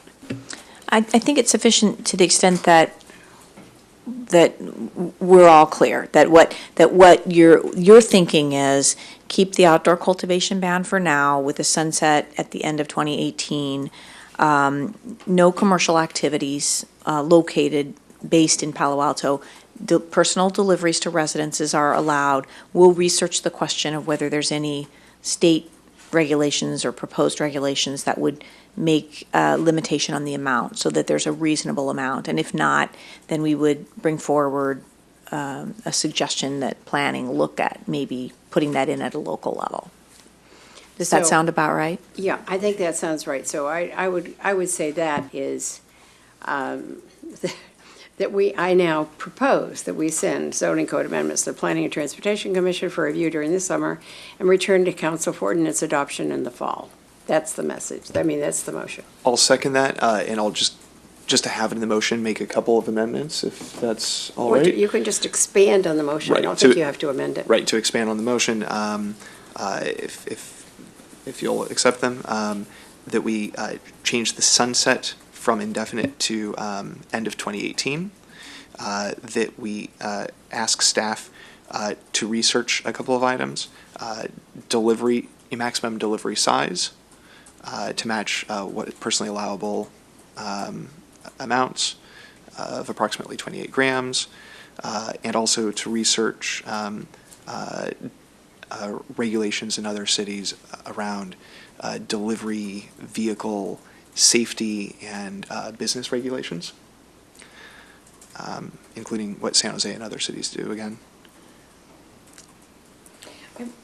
And also, and the last thing is to research and bring back to council information about sales and or excise taxes. Once we have more information about that. I support all that. I don't know if you need it in the motion or whether We understood it. Yeah. So this committee process doesn't need to be quite that formal, and we definitely are listening, and I got all this down. So on the SBOE allocation of the existing sales and use tax, we'll research that and we'll report back what kinds of decisions SBOE is making. We don't have an ability as a city, other than to, as an advocate on our behalf, to actually change that. In terms of an excise tax, that's an item to go before the voters. So my thinking here is, it's hard for me to make a policy recommendation to the council about whether to put something to the voters until I know more about what we're going to get anyway based on the BOE rules. I don't think we need to get that far ahead at this point. Right. So it's basically, once we get more information and a little more time passes, we get more information about what the BOE plans to do with this, that will inform a future discussion about whether we want a local excise tax. I mean, we don't know if we're discussing a lot of money. Exactly. Or right. This little bit that's hardly worth and I think that the pain. And I think that this would still allow us, we've got enough time if we did decide early next year to start putting something towards a ballot measure in 2018, we'd still have that option. Right, Tim, could you clarify, in terms of putting an excise tax in place, if it were to become the case that this was a really large volume of activity and the council wanted the voters to consider an excise tax in 2018 or 2020, we would still have the ability to do that then? Yes, it's, with the caveat, of course, that an excise tax can't be retroactive. Yeah. It can be retroactive. Cannot, yeah. All right. I would think not. So before we head to a vote, Lydia, any more? Can I just ask you to clarify, on the amount of the delivery? Did you put a number? I was just asking staff to research it. Okay. And just as a note, City of Campbell recently passed an excise tax related to marijuana, and that was passed by their voters. Although it was interesting because at the same time, they also prohibited commercial activity until 2019. So they kind of did it, say, well, if we ever do allow it, we already have this tax. That's another approach Campbell has taken. Did they prohibit deliveries as well? I'm not sure. Because I think that's the only place where we would be looking at it. Yeah, and I would, just with respect, quote Councilmember Niss, that, we have to think about how much it's worth getting the voters' attention on an issue where we're not expecting any activity anyway. Yeah. Right, yeah, the cost of having the ballot measure might be more than what revenue we would gain, so it might not be worth it. And that's why, again, let's research it, and we can talk about it next year. All right, all in favor of the motion? Aye. Passes unanimously.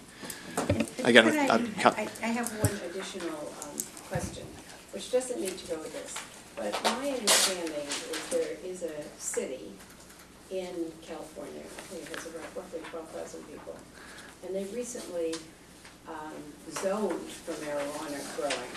I don't recall the name of the city, maybe you do, but they said it absolutely was going to save their city from ruin because they literally don't have any other type of regular income.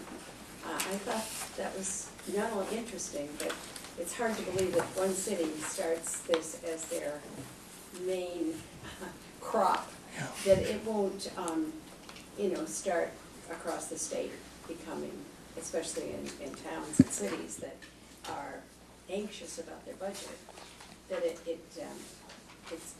it turns out, it's a rather lucrative crop. well, I understand it's been California's #1 cash crop for many years predating its legalization. Just as some feedback to that comment, it's my understanding that marijuana is an export crop from California. California, I understand, produces more marijuana than it consumes. And so there is some municipal risk about allowing your city's economy to be over-dependent, say, on marijuana growing because of the volatile nature of the industry. I don't think we're suggesting moving in that direction. Yeah. But I found it interesting that it was that sufficient that they felt as a city they needed to move in that. Doesn't it make you feel fortunate that we live in a city with a very diverse tax base and an active set of citizens, and we have lots of options? And we don't have to rezone for marijuana use, right? All right, let's wrap up this item then. Thank you very much to staff for the presentation. Yes, and welcome. Thank you. And just, I just wanted to suggest that we take just a 5-minute break because, it's been a couple of hours and if people need to stretch their legs or anything, just a quick 5-minute break. And then we'll reconvene and move on to item 3 about Coverly.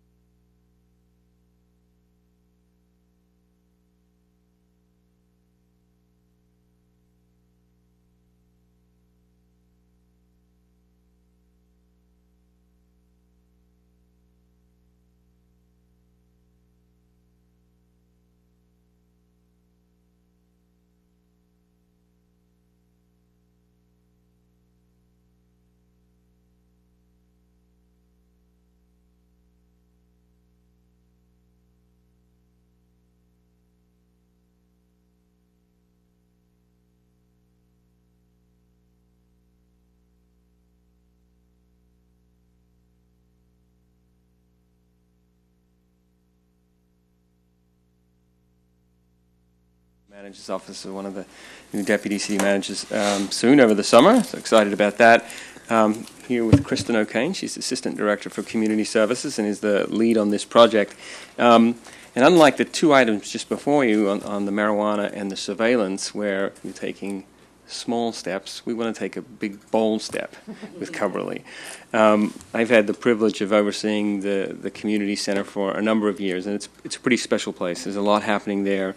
And meeting the interests and needs of a lot of community members of all ages. And in spite of the age of the facility and the fact that it's falling apart in some areas, it's a pretty amazing place. So while I love it, it can be much, much more. And I think it can even be transformative for residents if we're willing to be really visionary in partnership with the school district. So we've drafted a scope of services to put out an RFP to get some help to really get going on the master plan. The school district has supported the draft of that scope, and Kristen's going to provide just a little more context, and then we look forward to your input. So good evening, council members. Kristen O'Kane, Community Services. So as Rob mentioned, we are here tonight to share with you an update on Cubberley Community Center master planning effort, including the draft scope of work and staff's recommended next steps. So just quick background. As you know, the city owns 8 acres of the Cubberley site, and the school district owns 27 acres, and then the city leases those 27 acres and operates the entire site, including the fields, as the Cubberley Community Center. The current lease that we have with the school district expires in December 2019. Included in the lease agreement is a provision that the city and school district will jointly develop a master plan for the entire site by the end of the lease term. And subsequent to that lease being renewed in 2015, in March 2016, both city manager Jim Keene and the school district superintendent Max McGee publicly signed a Cubberley Futures Compact to demonstrate that the two entities will collaboratively work on a master plan for the 35-acre site. Since then, city staff and school district staff have been working together to develop that scope of work. So the draft scope of work that you have in the staff report was developed jointly between city staff and school district staff and has been reviewed by Superintendent Max McGee and his staff as well. The intent of releasing the request for proposals is to enter into a professional service agreement with a consultant who is experienced in creative and effective public engagement and design thinking, who can assist the city and school district staff in an efficient master planning process. The scope will be completed in 2 phases, with the second phase not starting until the first phase has been successfully completed. And successful completion would include agreement from both the City Council and the School District Board of Education to go ahead and continue the process and complete the second phase. So the first phase consists of creating a stakeholder and community engagement plan, conducting an evaluation of existing community assets, and then applying tools of design thinking to conduct a series of workshops that will ultimately lead to the development of conceptual designs for the Cubberley facility. The conceptual designs would then be presented to the community, the various commissions, the city school committee, and ultimately council and the Board of Education. The second phase will build off the work completed in phase 1 and consolidate the information into a draft master plan report, which would include the conceptual designs developed in phase 1, but focus specifically on a preferred conceptual design that is developed through the outreach effort that we did in phase 1. The draft report would also include cost estimates for the different scenarios and potential funding opportunities. And the ideal outcome at the end of phase 2 is to have an agreed upon preferred conceptual design and a completed environmental review document. So the next step for us is the school district staff, Bob Golton, will be presenting the same scope to the Board of Education on June 20th. And we then... Thursday morning. Okay. What is it going to be now? It must be the 15th. Thursday morning at 9 a.m. Okay. That's what the board, Thank you. that's what the school board website says. Okay. Okay, that's new. Thank you very much. Do you want to repeat that since you got your mic on for the record? Sure. So the school district staff will present to the Board of Education on Thursday, June 15th. We would then like to go to the entire council in the end of, or in August, with the hope of releasing the RFP in August or September and having a contract in place by the end of the calendar year. So thank you for listening, and if you have any comments or questions, we'd be interested also in hearing any feedback you have on the scope itself, and we're happy to answer any questions you have. Let's go to the public.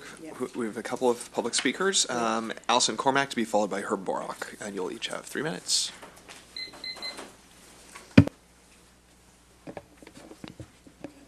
Good evening. Thank you so much. So exciting that we're moving forward on this. It's very exciting.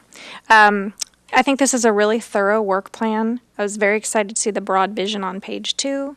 I love that we're thinking ahead on filling gaps and not just replicating what's there on page 4.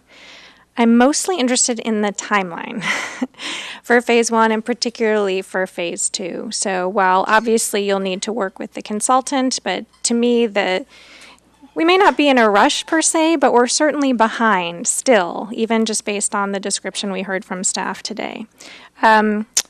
Couple things to consider when you're in phase 2. This isn't something necessarily to be in the RFP, and Vice Mayor Niss remembers how we did this with the library.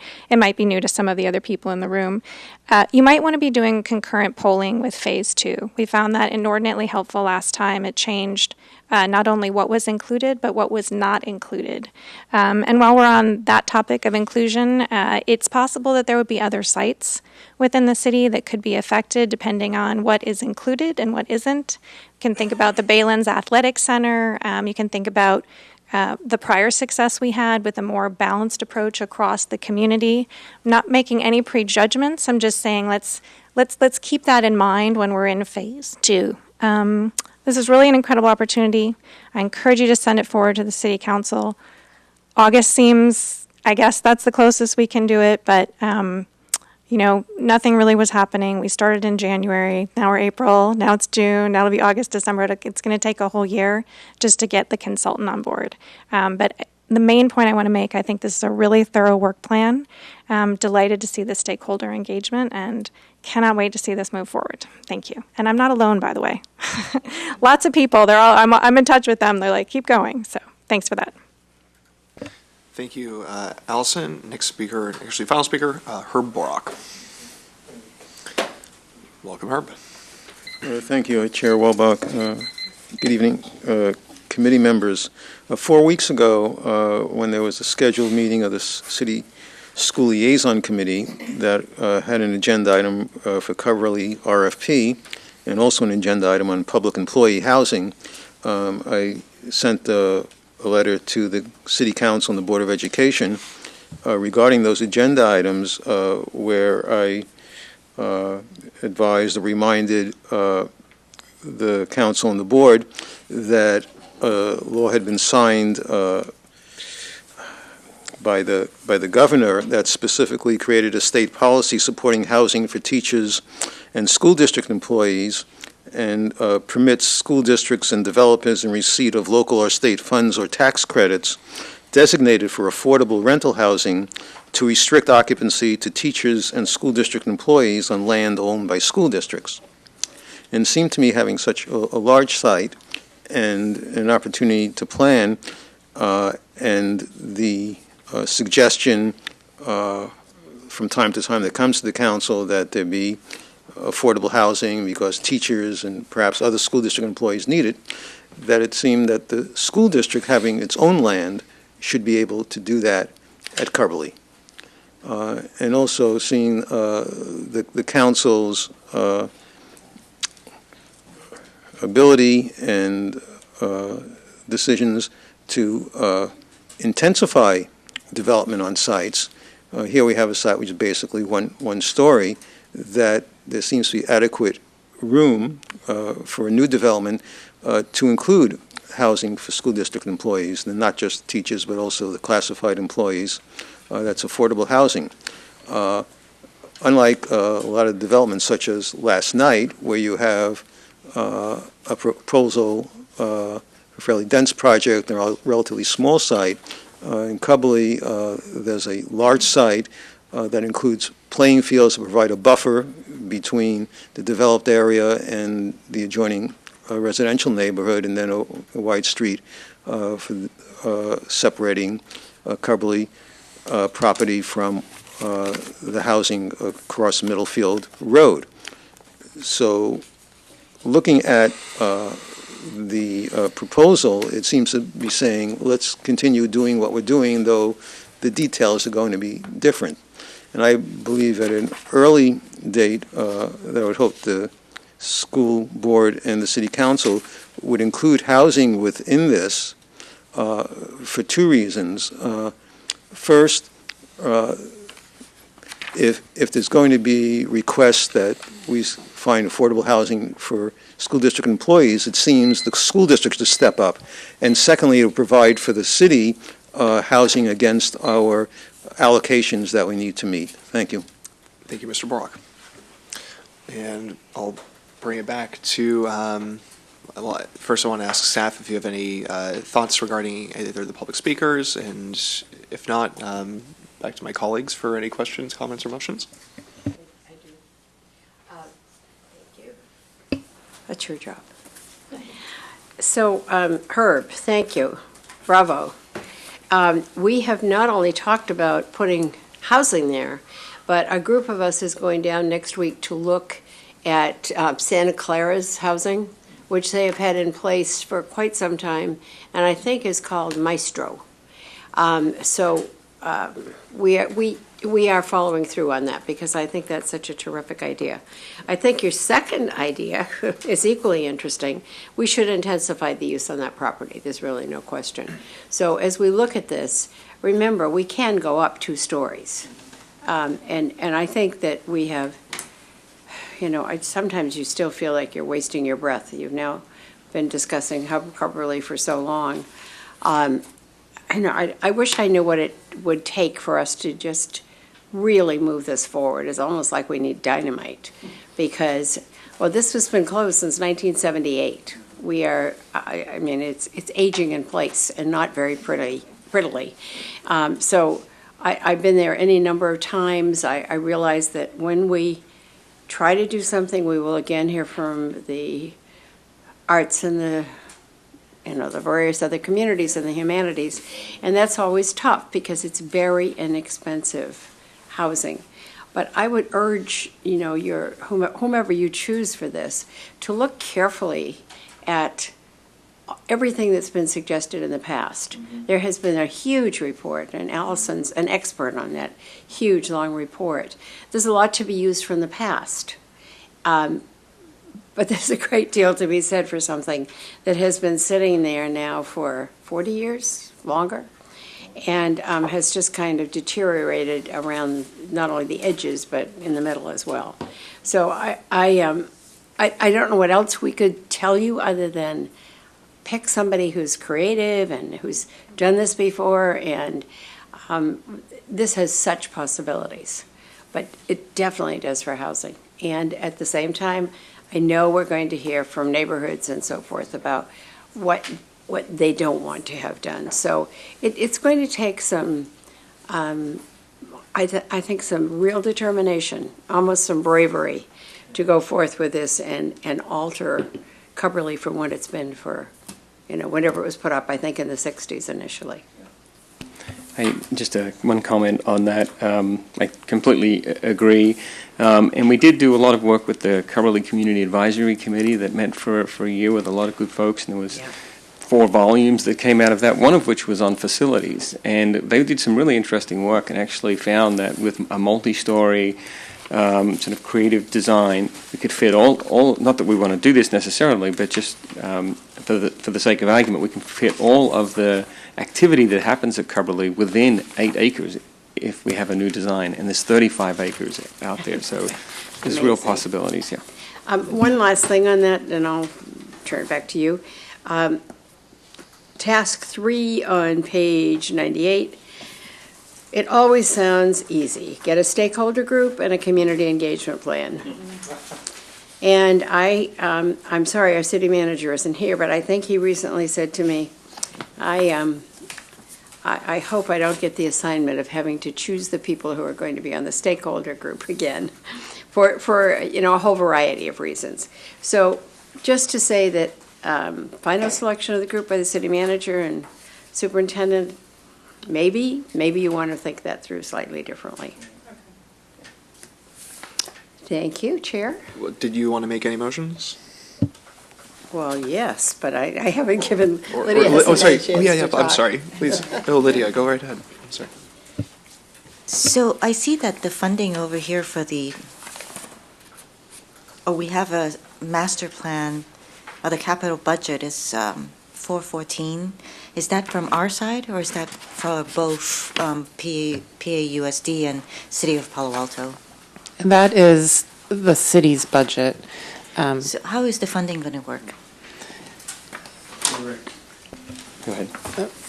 We still need to work that out, and we will need some sort of cost-sharing agreement with the school district, but they have, Superintendent McGee has told us verbally that they do intend on contributing to the cost of the master planning effort. What that is, we don't know at this time. Okay. Yeah, because, there is a large share, 77% that is the school districts. So unless, they'd like to work out a plan where the city can get more acreage, But anyway, so I'm glad to hear that. And is it okay if I? For that. We're playing for all of Track Watch somehow, and I think this time we should say, this should be shared. Absolutely. Because we've already taken it on yet again, and it's very easy just to say, they'll handle it at the city. So totally agree with Lydia. So if I may, so I'd like to make the motion for you to take it forward and recommend to council to go ahead with the RFP. And do you want to include in there, I actually would like to see in the motion a shared funding plan for the RFP. Proportional? Do you want to put the word proportional? Proportional would be a very nice word. Yeah. Although that certainly gives them the lion's share, doesn't it? Or, as long as we don't say Use something like proportional. equal. Proportional is fine. And I'm sure we'll leave it in your capable hands to make sure it's fair for us. Second. Any discussion? Any other comments? Any other comments? Oh, no, I think I said everything I need to say. Can I Thank you. just to clarify on the proportional, are we saying that we would then expect the school district to pay, the percentage of the land that they own compared to the percentage of ours? So they would pay 2/3, and we would pay 1/3 of the cost of the master planning?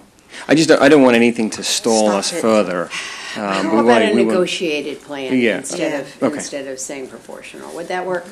But the negotiated plan would come back to council for Yes. agreement, right? Yep. Okay, yeah, thank you. So, yeah. Let's Yeah, we don't want to consider the stall it. negotiation. No. Thank you. As Allison said, it's been 40 years. I think we ought to just keep it rolling. Okay, and I think that emphasis, or perhaps we might want to include that as a caveat, that we still do not want to delay the RFP, and that negotiation does not cause a delay. Is that that was the intention of the maker and the seconder, right? Mhm. So. Yes, of course. With that, I'll be supporting the motion. I will also add, since I didn't speak earlier on this, that I actually really agree with, I think, everything I heard from both of our public speakers. So you just review their comments, and I concur from both Allison Cormack and Herb Borok on this one. I do, and just to add to that, This has been a long time coming. There was so much work put into this by the Cubberley Citizens Advisory Committee and their excellent report. I do want to make sure that we don't just try and completely start over, and that is well incorporated. And I do see that in the draft scope of work. I think that's important. I appreciate that staff has referenced that so clearly, and I do think that, as Vice Mayor Nis pointed out earlier, echoing what we heard from the public, that if there is an opportunity, to have an intensity in the physical use of that fairly substantial property, that may allow some school district employee housing, both certified and classified, and that's certainly worth exploring. Also wanted to mention that, as we have been talking about senior services in Palo Alto, I just want to really emphasize that I think that there's an opportunity to at least explore in the future, really having not just a downtown, North Palo Alto senior center and senior nutrition program, but there may be an opportunity to mirror that in South Palo Alto, potentially at Cubberley. And I think that the nonprofits associated with that, Avenidas and La Comida, should definitely be included in that conversation, and I'm sure that will happen.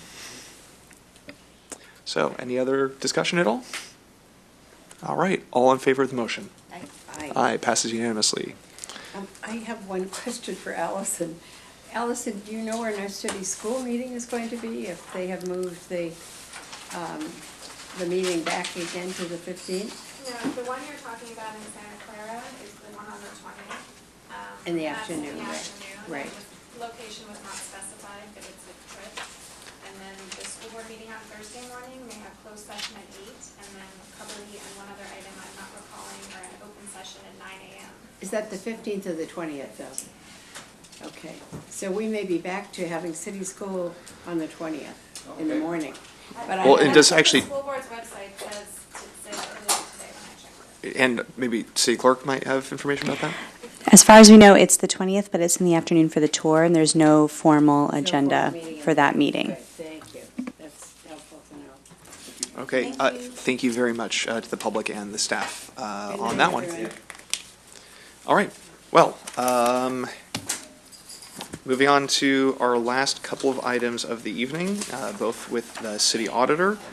Item 4 is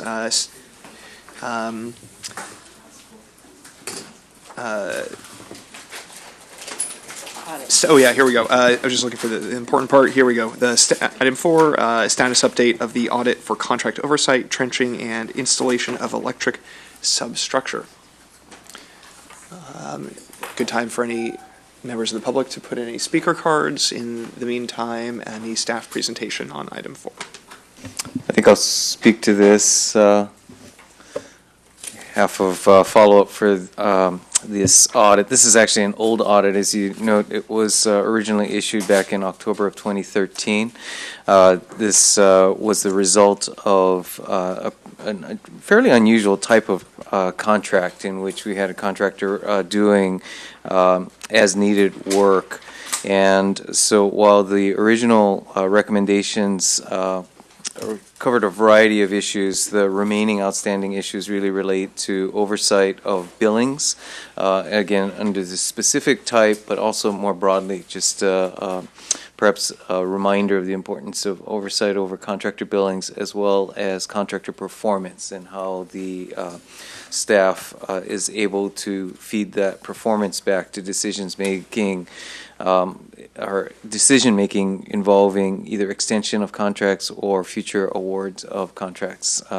So on that basis, we've got a couple of follow-up items. One relates to filling of a vacant project coordinator position within the utilities department, and we're currently evaluating redefining some of the duties that are falling under that position. But that said, we're also proceeding with the training necessary in order to institutionalize the steps required among staff that are in place, as well as both for this recommendation and the other, which relates to the contractor performance, working with the Public Works Department, because subsequent to the audit, the Public Works Department undertook its accreditation process, as well as putting my city manager's office hat on, always wanting to maximize the coordination and integration of the work that happens between Public Works and utilities,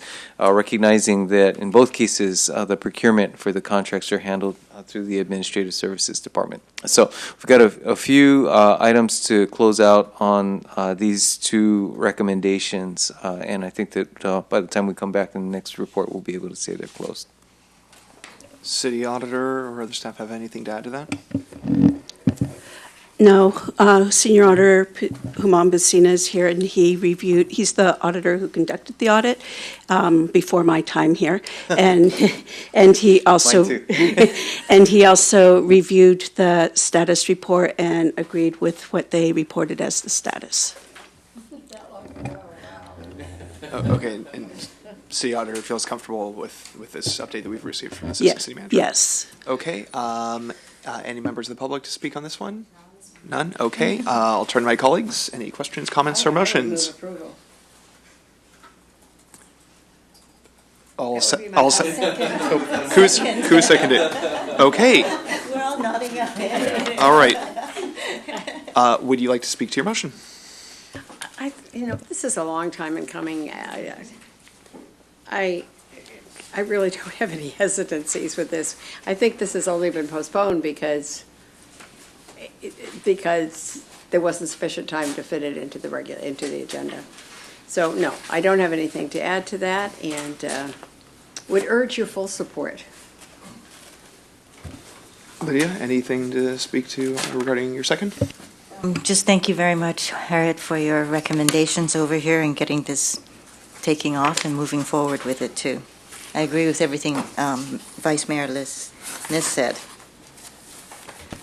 Excellent. Okay. All in favor? Aye. Aye. Passed unanimously. Great. And so thank you very much. Thank you. All right. We're now back on track to end by 9 o'clock, hopefully. Or earlier. If we might end earlier if possible. Let staff enjoy. One speaker on item 5. Oh, here we go. So now we're going to move on to item 5, our last real item of the evening, and that is Utilities Department cross-bore inspection contract audit. We have one member of the public to speak to this. Any other speaker cards, now's a good time to get them in. Again, I will turn to staff for a presentation, and then we'll go to the public and then back to the committee.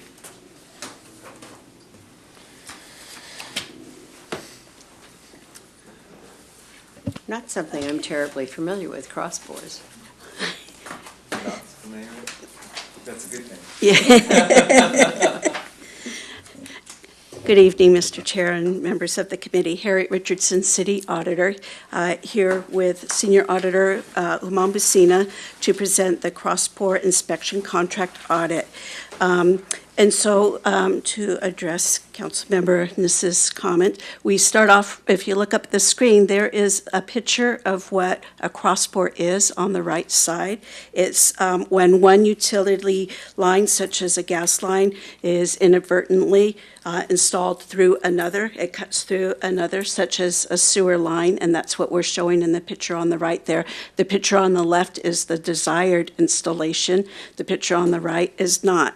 And so if you end up with a cross-bore and a plumber or a resident accidentally cuts into the gas line when they're opening a cross-bored sewer line, gas may be introduced into the connected structure, the building that you see there, and that can cause an explosion. So the federal law requires the city to develop and implement procedures to identify, monitor, and address gas pipeline risks. In 2011, the city entered into an 18-month, $3.5 million contract with Hydromax USA to use closed-circuit television inspection methods to inspect the city's main and lateral sewer lines to identify crossbores and document sewer line conditions in accordance with industry standards set by the National Association of Sewer Service Companies, or NASCO. Our audit focused on assessing Hydromax's compliance with key contract terms, such as an inspection of all 18,000 known city laterals and connected privately owned laterals, and the city's oversight of the contract. One thing I want to point out, we did this audit at the request of the city manager's office because this contract was not able to be completed as anticipated, and knowing that they would want to go out for a future contract where the work can be completed, the city manager's office wanted to know what they could do differently to ensure success on a future contract. So at this point, Just do one. I just have to know, how could you do that? I mean, how could you, do you just accidentally not know where there's another pipe and you cut into it? do you want to? Utilities is here to address that. They could probably explain it. It just seems as though. This is really a phenomenon after the advent of trenchless technology. So the gas line itself was bored in after an existing structure was already there, and in some cases the sanitary sewer could be in place for decades and not documented as to the location. So Robert, why don't you go ahead? So you really could bore right through one that already exists? Yes. Is that the case? Yes. And you wouldn't know because it's boring rather than trenching? Correct. That helps, because I couldn't quite figure out how you could have that even happen. It was there. Right, Yeah, exactly. Many times, as you can imagine, too, in your residence, you have. Excuse me. I'm Robert Idem. I'm a senior engineer with the Utilities Department. I was involved in the Crossbore project and from the inception to currently, and so. Many times in a residence, they have fancy landscapes and all kinds of things going on there. So there's a real trade-off between actually trying to trench at what would appear at first to be maybe less costly if you add all these other costs to it, versus drilling. And drilling has been a preferred method. Matter of fact, in some of these other projects here in the future, you'll see gas and water being drilled, and as well as open cut. So that was a choice that was made with the new technologies to minimize the open cut work. And initially, it saves significant cost. However, there are some drawbacks, and this is one of them, just making sure that there are no crossbores. And most times it's fairly obvious, and many homeowners will sit there and tell you, I've been here 40 years, and I know where my sewer lateral is, and you guys are over here with your gas service. There's no crossbore. And just the same, many of those obvious ones, we end up finding a crossbore. Oh, really? Yes, there was one. We have many laterals that may go to one house, and then all of a sudden it branches off to the house adjacent, and it's not known. Have we had any terrible accidents in the city? Thankfully, we haven't, and this is one of the things. I mean, this is a relatively costly program. You start talking about millions of dollars, but the flip side of it is, if you have one accident that God forbid, kill anyone or all this, that's tens of millions probably in this area. So Lydia, you must know all about this already. I didn't know anything about. I'm going to go home and see if we're cross-board. No telling. Yes. So, I mean, I guess I can let it progress on here and I'll answer anything. Okay. Ramon Bucina is going to discuss the audit findings and recommendations. Okay, I'm Human and Senior Performance Auditor. This audit has two findings. The first one focuses on the actual contract work that Hydromax completed, and the second, the city's oversight. Hydromax invoiced the city about $2.95 million for 13,725 lateral inspections. The invoices show that Hydromax could not complete 6,625 or 48% of the 13,725 attempted inspections because of obstructions in the city's sewer lines that would have required construction services that were beyond the contract scope. The city's contract required payment for incomplete inspections after reasonable attempts, which is one of the reasons the dollar amount despite not completing all of the inspections. Hydromax inspection records show that it inspected 10,791 or 60% of the 18,000 sewer lines in the city's records. Hydromax inspection records were inconsistent, incomplete, potentially duplicative, so we could not determine which inspections Hydromax included in its invoices that I discussed prior. City oversight in incorporating NASCO contracting guidelines in future contracts can help ensure that future sewer line inspections are accurate, complete, and cost effective. Finding 2 makes several important points. One of the key points is that although the city monitored the Hydromax contract, it did not enforce all of the performance objectives cited in the contract or NASCO standards, and did not have NASCO certified staff or access to the NASCO manuals to ensure that Hydromax conducted the inspections in accordance with the contract requirements and NASCO standards.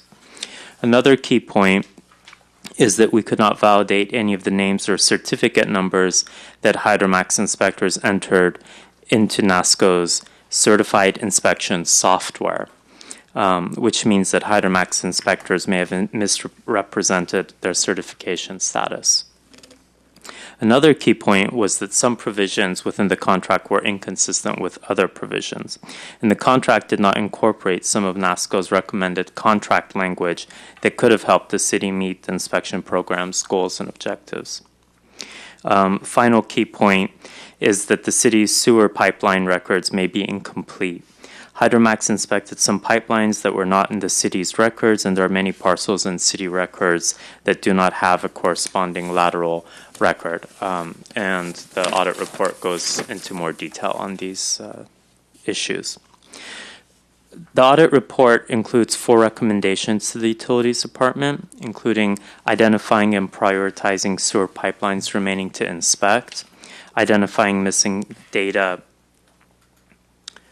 in the city's laterals database, incorporating NASCO provisions in future inspection contracts, and identifying gaps in staff expertise needed to provide oversight of future inspections.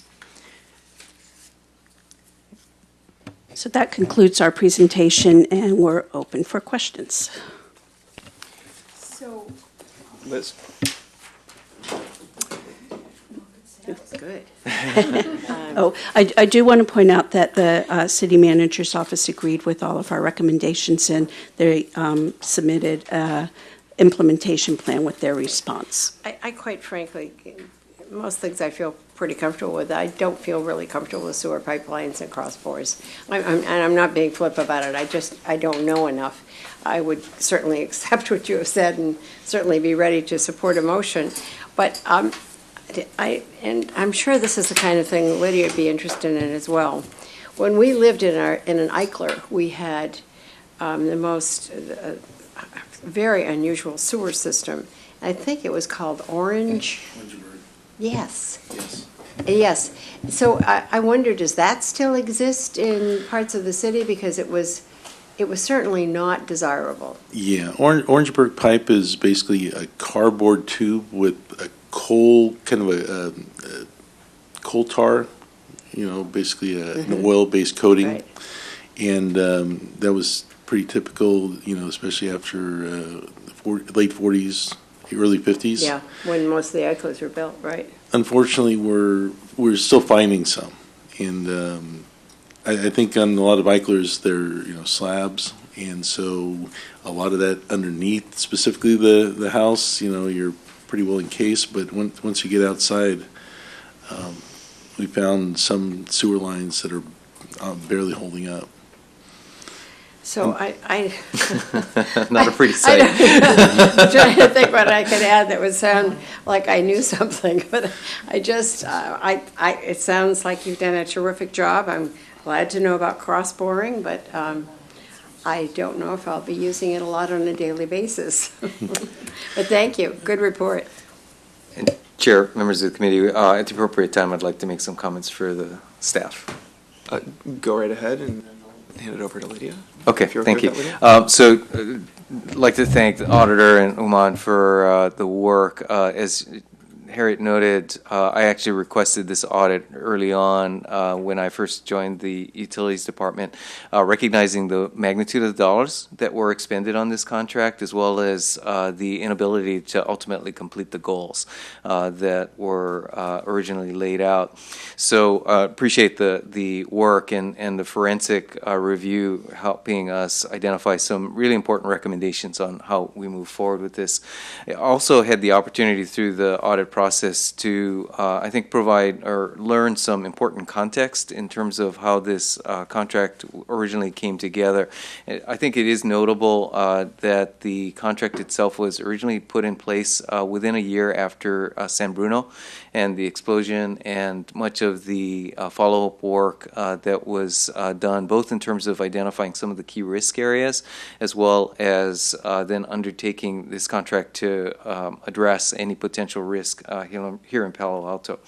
So the effort undertaken immediately after that really had been carried on for a number of years, maybe a little too long before we identified the need to revisit the contract. So I think we're at the point that as we take the audit recommendations going forward, this will give us some good baseline information for the next version of the contract. As I think you may have read both in the audit as well as in our staff reports on this topic, that one of the major learnings through this original contract was that what had originally been established as an inspection contract, ultimately we've concluded needs to also involve the inclusion of repairs as a part of the scope of work, so that you could address the issues immediately once blockages were identified, not just sewer blockages, but that may be the result of roots and the like, to enable going forward. So why don't I stop there, and then we can talk maybe about some of the particulars as needed. And I apologize also to Herb Borak, our one public speaker on this issue. I want to give you 3 minutes to share your comments with us.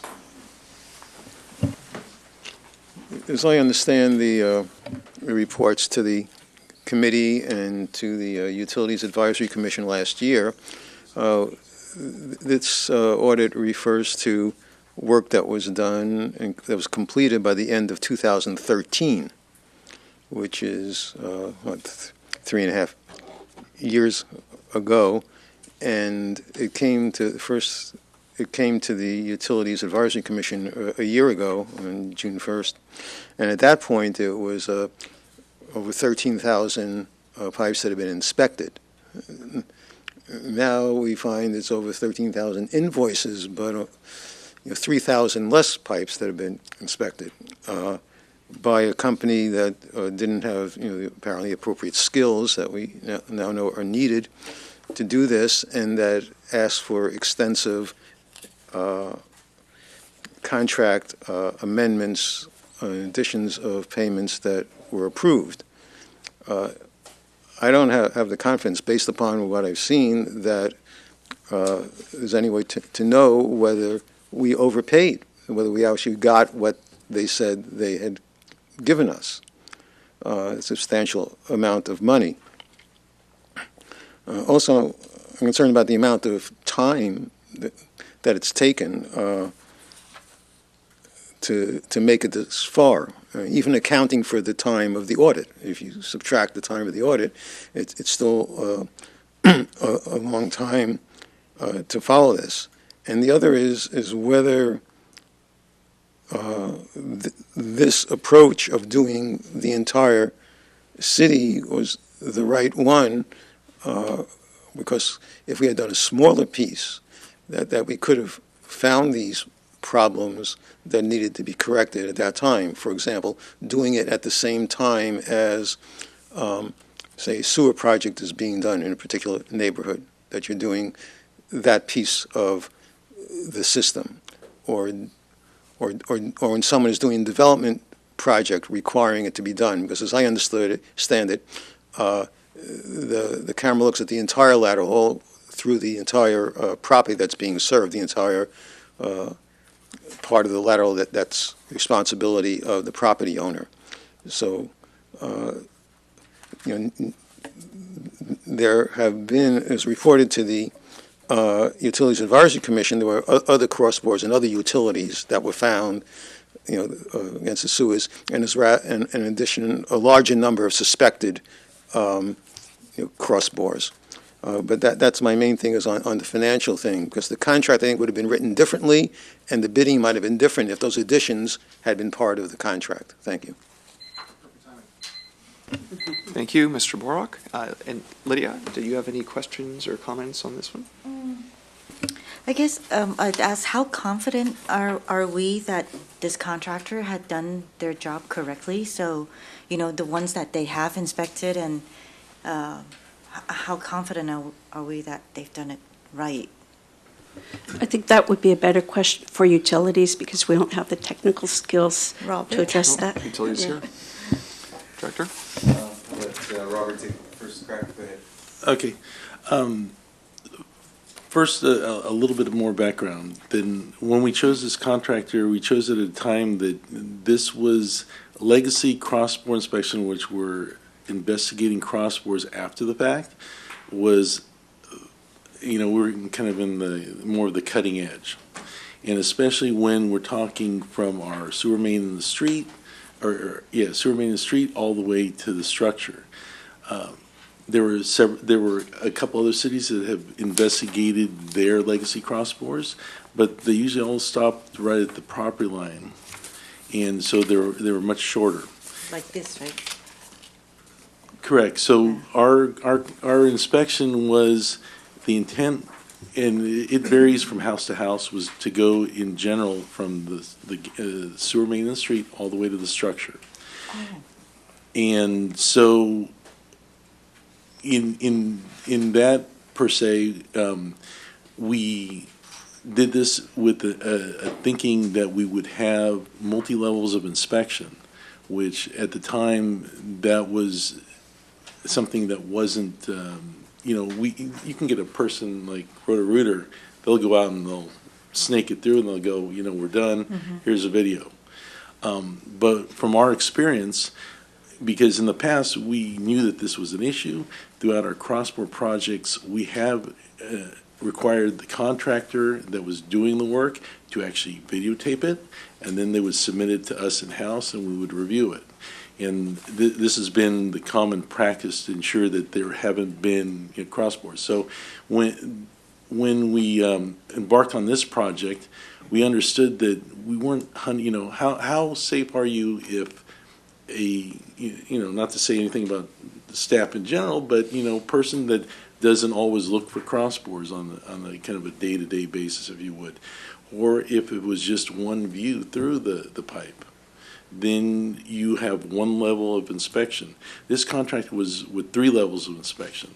And so you would have the initial person doing the inspection in the field, and then you would have another person in the office then coding the NASCO coding, and then you would have another person, again, reviewing the tapes, looking at, we gave it our GIS, so they would be able to identify any crossing gas lines that we know about, any crossing gas lines on the sewer path, and then that person would look at it further to say, hey, was there a problem there? Let me take a look at it. And so far through this program, we have not had a thing where our ops crews have found another crossbore and one inspected from one that was inspected by Hydromax. Matter of fact, they actually had, but they found out it happened after Hydromax was there. So far, you ask how good, it's kind of like, over time the proof's in the pudding kind of thing. We'll see. And we try to be, there's always a risk. I mean, you know, are you 99% certain, 99.99, and it goes on and on. Obviously, as you get into that small fractions, the cost goes up, and it's, you know, beyond. So kind of along with the findings, we're, you know, focused on actually seeing that it's going to involve construction, and construction's expensive. We're focused on prioritizing what we have and narrowing it down to what it to the ones that are the most critical, and then working from there. Okay. Thank you for the explanation. And then I think Ed had answered that, because I said I had a question of the one that our crossboard, is it going to be needed to be corrected? You know, so you did mention that now with the new. To include repair as a part of the scope. Yes, in the past, it's been part of the scope, and it continues to be part of the scope. Whether our crews are doing the drilling, because our crews drill services in currently, to if a contractor's out there doing the work. How do you connect with the homeowner to to let them know that you're going to be looking into their lines? In a general sense, we give a notice, and the intent originally of the Hydromax contract was to lateral launch as much as possible. That means that they're going in the main in the street and then launching up the lateral. Mm-hmm. And so hopefully, and that was the original idea, that the homeowners wouldn't even know that we were going up, you know, to their house. Okay. They might see a person walking around with a vest tracking that, you know, where the camera was or is at that point in time, but that was pretty much it. It was pretty non-invasive. Although, as we found out through this project, it involved much more customer interaction because because our lines were relatively small, there were issues in terms of offsets and things where the lateral launch camera could not traverse up the main. We ended up having to have a second crew, Hydromax had a second crew to come in, and they would first identify with the smaller camera where the laterals were. They'd have a second crew come in from the top side, now dealing with the homeowner much more intimately, and then videotape that lateral. And sometimes they would have to pull toilets, go on a roof, go from the backyard if there's nothing in the front yard to access it. So there were a number of challenges. And as you can probably imagine, there's probably every different kind of combination out there in terms of lateral configurations. We had a lateral that actually went 3/4 of the way around the house. Well, I know in my neighborhood, actually, there's a lateral that goes past the back neighbor's property and comes out to the street behind. Oh, yeah. Yeah, I mean, there's some weird ones out there. But anyways, I was wondering, so I never quite understand how when you put an it's not the RFP, but, when you put out a proposal to ask for the contractors come in with a bid, how do you choose the bid, and why does it always end up being the lowest? Is there a state law for that? I mean, if I understand that correctly. For construction contracts, that would be the case. This one was a professional service, correct, Robert? So level of how much they know. So it could be a selection based on criteria as opposed to the lowest responsible bidder, which would be typical of construction contracts. Okay, so this is different. Right, Okay, this is done as a professional services. Very good. Okay, I think I'm also good with the recommendation, but thank you. So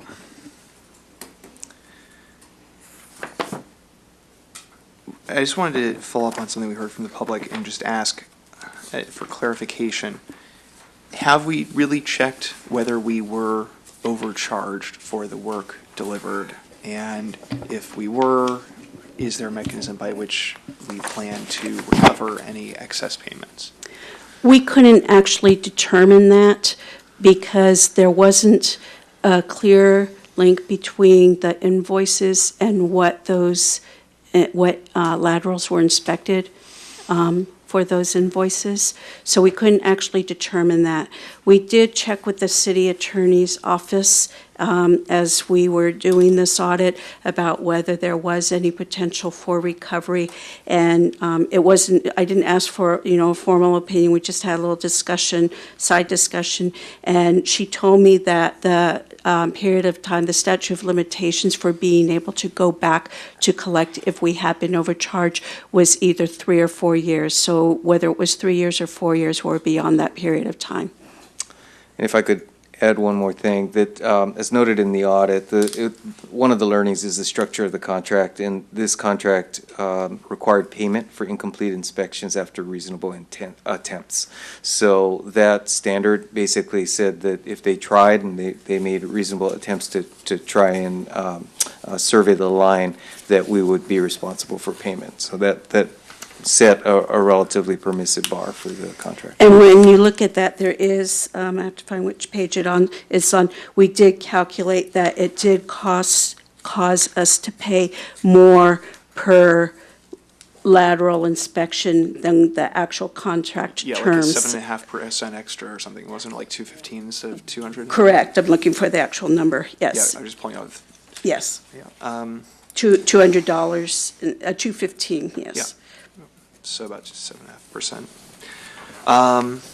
So how do we plan to review future contract work in a cost-effective way, but in a time-efficient way, so that if we, in the future, this is really a question for the city, I'm going to ask Utilities Director Shikata in his role as Assistant City Manager Shikata, because this doesn't just apply to one department. It's a broader question for the organization of the city. How do we plan to make sure that in the future, after contract's done, that we do a little Monday morning review and see if it was screwed up, see if we overpaid, and if necessary, recover before the statute of limitations runs out? I think that's one of the key questions before us to consider.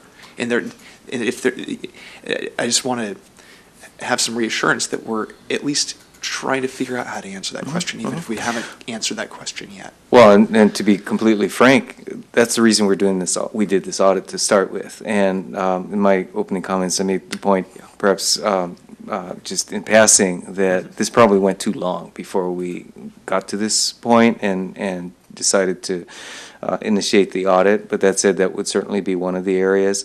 In addition, again, going back to the origins of this contract, this is not an activity that the city would consider routine. I mean, it's somewhat become routine because of the magnitude of the project and the volume of laterals that needed to be inspected. But this is not the kind of activity that we would expect to be doing 10 years from now and beyond. It was done as a specific remediation for a situation that was identified as a priority that needed to be addressed as quickly as possible. So on that basis, I think that, again, if we, both in hindsight as well as going forward on the scope of an effort like this, we'd want to take advantage of best practices as have been discussed to ensure that the structure of the contract as well as the timeliness and the magnitude of the contract would allow for more as-you-go review and ensuring that it was done in the most cost-effective manner.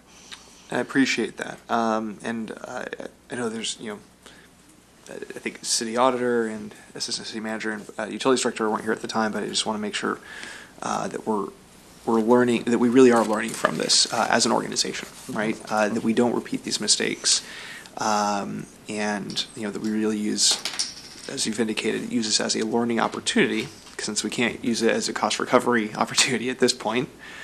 So tell me if I'm wrong, that the way I see it is the city manager's office is really responsible for ensuring that any contracting done by any department has the real support that staff needs, that department needs to be able to go out, craft that scope, the RFP, evaluate respondents, pick a respondent, finalize the contract, review the contract, and review the work, and to go through all of those steps. I don't think that should just be, even though we want to empower departments to be active and empower staff to be active, I don't think it's entirely up to them to feel like they're, shooting in the dark without some support from the city manager's department, from ASD.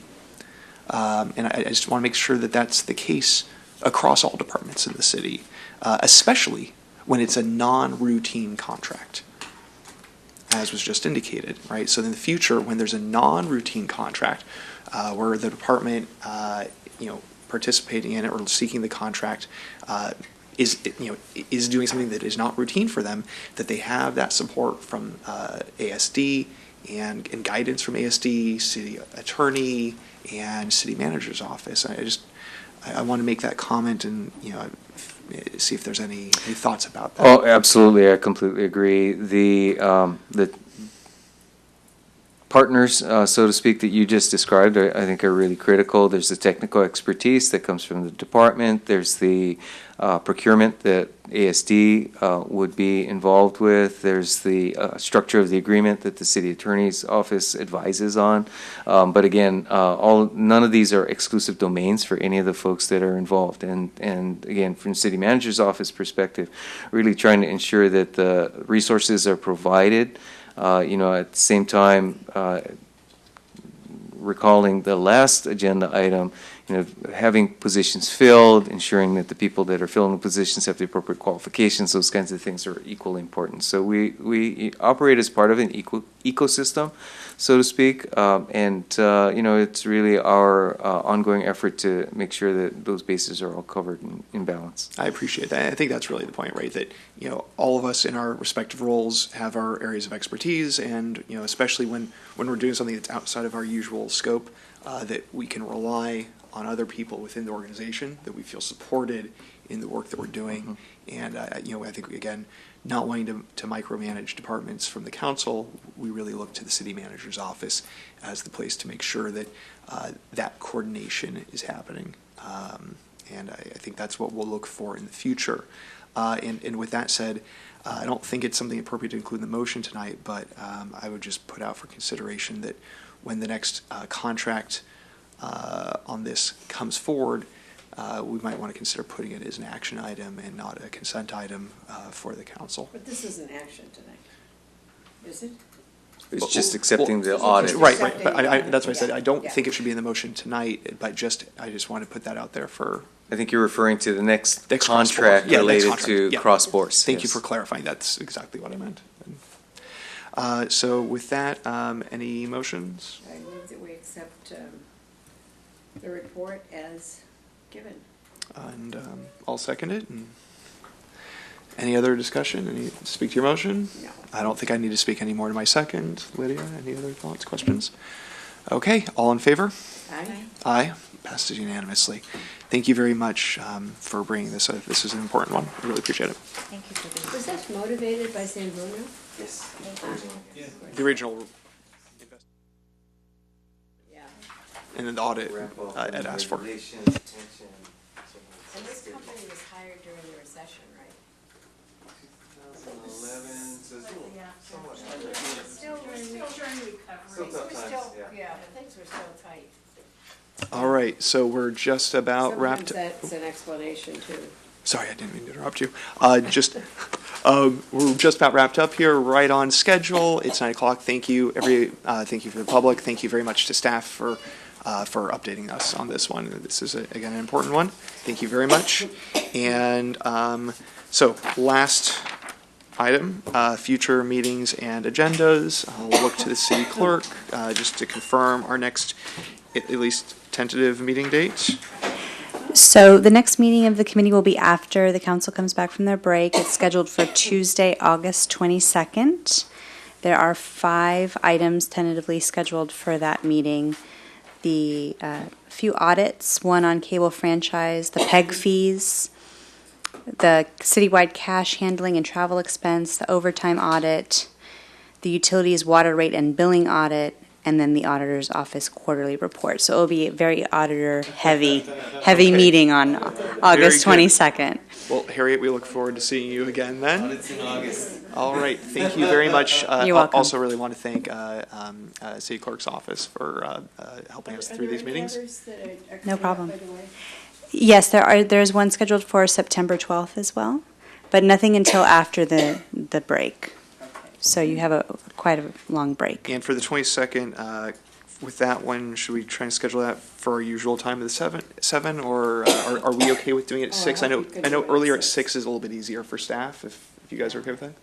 So let's put If that's okay with the chair, we can proceed with just scheduling the rest of them at 6, unless I hear otherwise. Yeah, I think that's good. And I'll just mention that we actually discussed it last night on council, during council member comments. It came up that this committee should, on an annual basis, review city council policies. And I don't know if there was a chance to really do that last year.